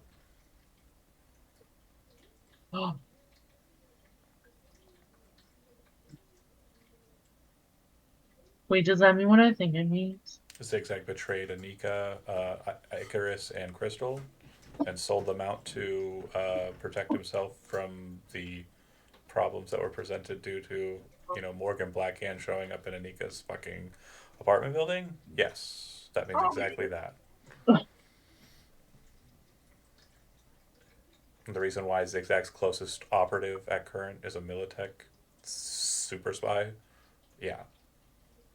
These are things that should have already clicked in a lot of people's heads, but I told you you'd be in a good place, Zach. Yeah. Safe as hell. Yeah. What I need most is that everybody on this investigation is very much primed to keep quiet on the discoveries that are present here. A lot of things that have been going to air regarding Orion Ono have been fluff. And we need to make sure that that stays the case. What we also need to make sure is that we have everything we need to ensure the story goes over the way we want it. But at the same time, we're able to tell the people who need to be told the correct story are being told it. And we maintain leverage on those we are connected to. Biotechnica and Militech were in bed for this Lazarus project. In recent years, they've been less connected, mainly due to the Unification War and Biotechnica's loyalty to the city and Militech's disregard for it. What we need most is to ensure that they do not have open beef, because it's a problem for the city as a whole. And I don't know what the fuck Trauma Team's part in this is, but it's a problem as well. All we need to do is make sure the peace is maintained and the stories that are worth telling are being told. I know for certain you have had your days on the front line, guns firing, explosions and the like, but you have never been in the front lines of a war. You've never reported like Orion has. You've never seen how bad it can get, the depravity, the horrific nature, when two corporations just genuinely throw everything they can afford at each other. We do not need a fifth corporate war. Or sixth if you count the Unification War as the fifth corporate war. It's depending on... Anyways, point is, we do not need another corporate war. And to ensure that we don't have it, we need to make sure that the loyalties and the words of the individual, the knowledge that will be gleaned as we move forward with these individuals is secured. And that's where we'll end the session for tonight. I will state that there is homework. So, for those of you who are outside parties that weren't a part of this conversation, assume that Cam is bringing to you the request for a contract moving forward with the investigation. You can roleplay that out in the side streams, perfectly fine. We can spend a little bit of time next session, just due to pacing, to work that out as well, if you'd like to do it face-to-face, narratively. Totally okay with that. But I don't want to spend too much time with it, because the investigation through the third session should be coming to a point where we are understanding of what we're really looking at, right? I mean, I don't expect you to like actually write a legitimate contract, but can you give us like the cliff notes of what it says, like what rights we're giving up by it's an signing NDA. on with It's an NDA. Basically, everything related to the investigation you can't talk about at risk of basically financial termination.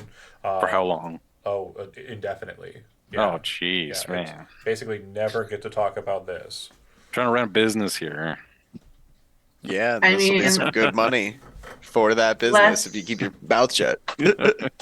Let's be real. How much does Almano actually know, aside from the fact that there is a doggo named Werner? For sure, and you've obviously... And he almost exploded. You've signed quite a bit of your life already away. Like, you have quite a bit of cyberware in you that you know, got and earned in some places, but definitely, like, you know, got loans for in other parts. So, yeah, I don't think Almano's going to have a problem. I know Gino doesn't give a shit. Like, N54 all the way, right, Gino? That's a thumbs up, I think. Buzzard might have more problems with it, and I definitely know that Bucket will have a bit of a rub, but obviously with the leverage play, I don't think that will be too much of an issue. Who are you using as leverage on Bucket? Because I don't think I knew that name. Real quick. Oh, they're just going to show you stealing the fucking Militech, like, here. Oh, yeah, I'll sign real quick if you show that. Yeah, whatever you need. And you're signing an NDA that'll keep everything a secret. I don't think you'll have that much of a problem with it. You know what I mean? If it's keeping everything just... he doesn't even have to play the video. He doesn't even have to play the video. Yeah, exactly. Yeah, we're on board. We keep it quiet. Yeah. Right. All I'm thinking of... This is not footage we're going to release. How high out of the slums could Letty pull me if I let her know about this, like whatever I learned about Lazarus? Well, what I will say is I'm pretty sure at some point during this evening you will receive I think it's Cam, correct? Elizabeth, correct me if I'm wrong. You would have left the message with Cam, right? Yeah. So Cam, you would receive a message from Letty, and I don't remember the gist of it. But if you could just type a real quick summary, not anything too long, because you didn't type the whole message. But just I forgot what the thrust of the conversation was going to be. Because you left a message for Would you stop? you left a message for her. She's sending you back a message that would have been kind of like put in while you were indisposed. Yeah. So yeah, we'll get to that at some point. I don't remember what the meat and potatoes of what she was trying to say at the time was. It wasn't anything relevant, I don't think. When I say relevant, I mean relevant to. No, I think it was relevant to the investigation. I'll go back and watch it, or she'll check her notes and she'll be on it because she's on point all the time. So For sure. one way or the other, you're going to get the notice, and that'll be kind of like towards the end. I think it was after her engagement with Trauma Team. So, that said, it sounds like we have everybody on board with the NDA. We have one day of so today was Monday, right? No, sorry, today was Sunday. This has just been one day for you guys. Hell of a day. You sleep. Monday is all bed rest for you folks. And then Tuesday is the first day that you'll be engaged in operating and doing investigatory stuff. So we'll pick up in a week, and we'll see you then. Thanks for watching those that did, and hope you liked it.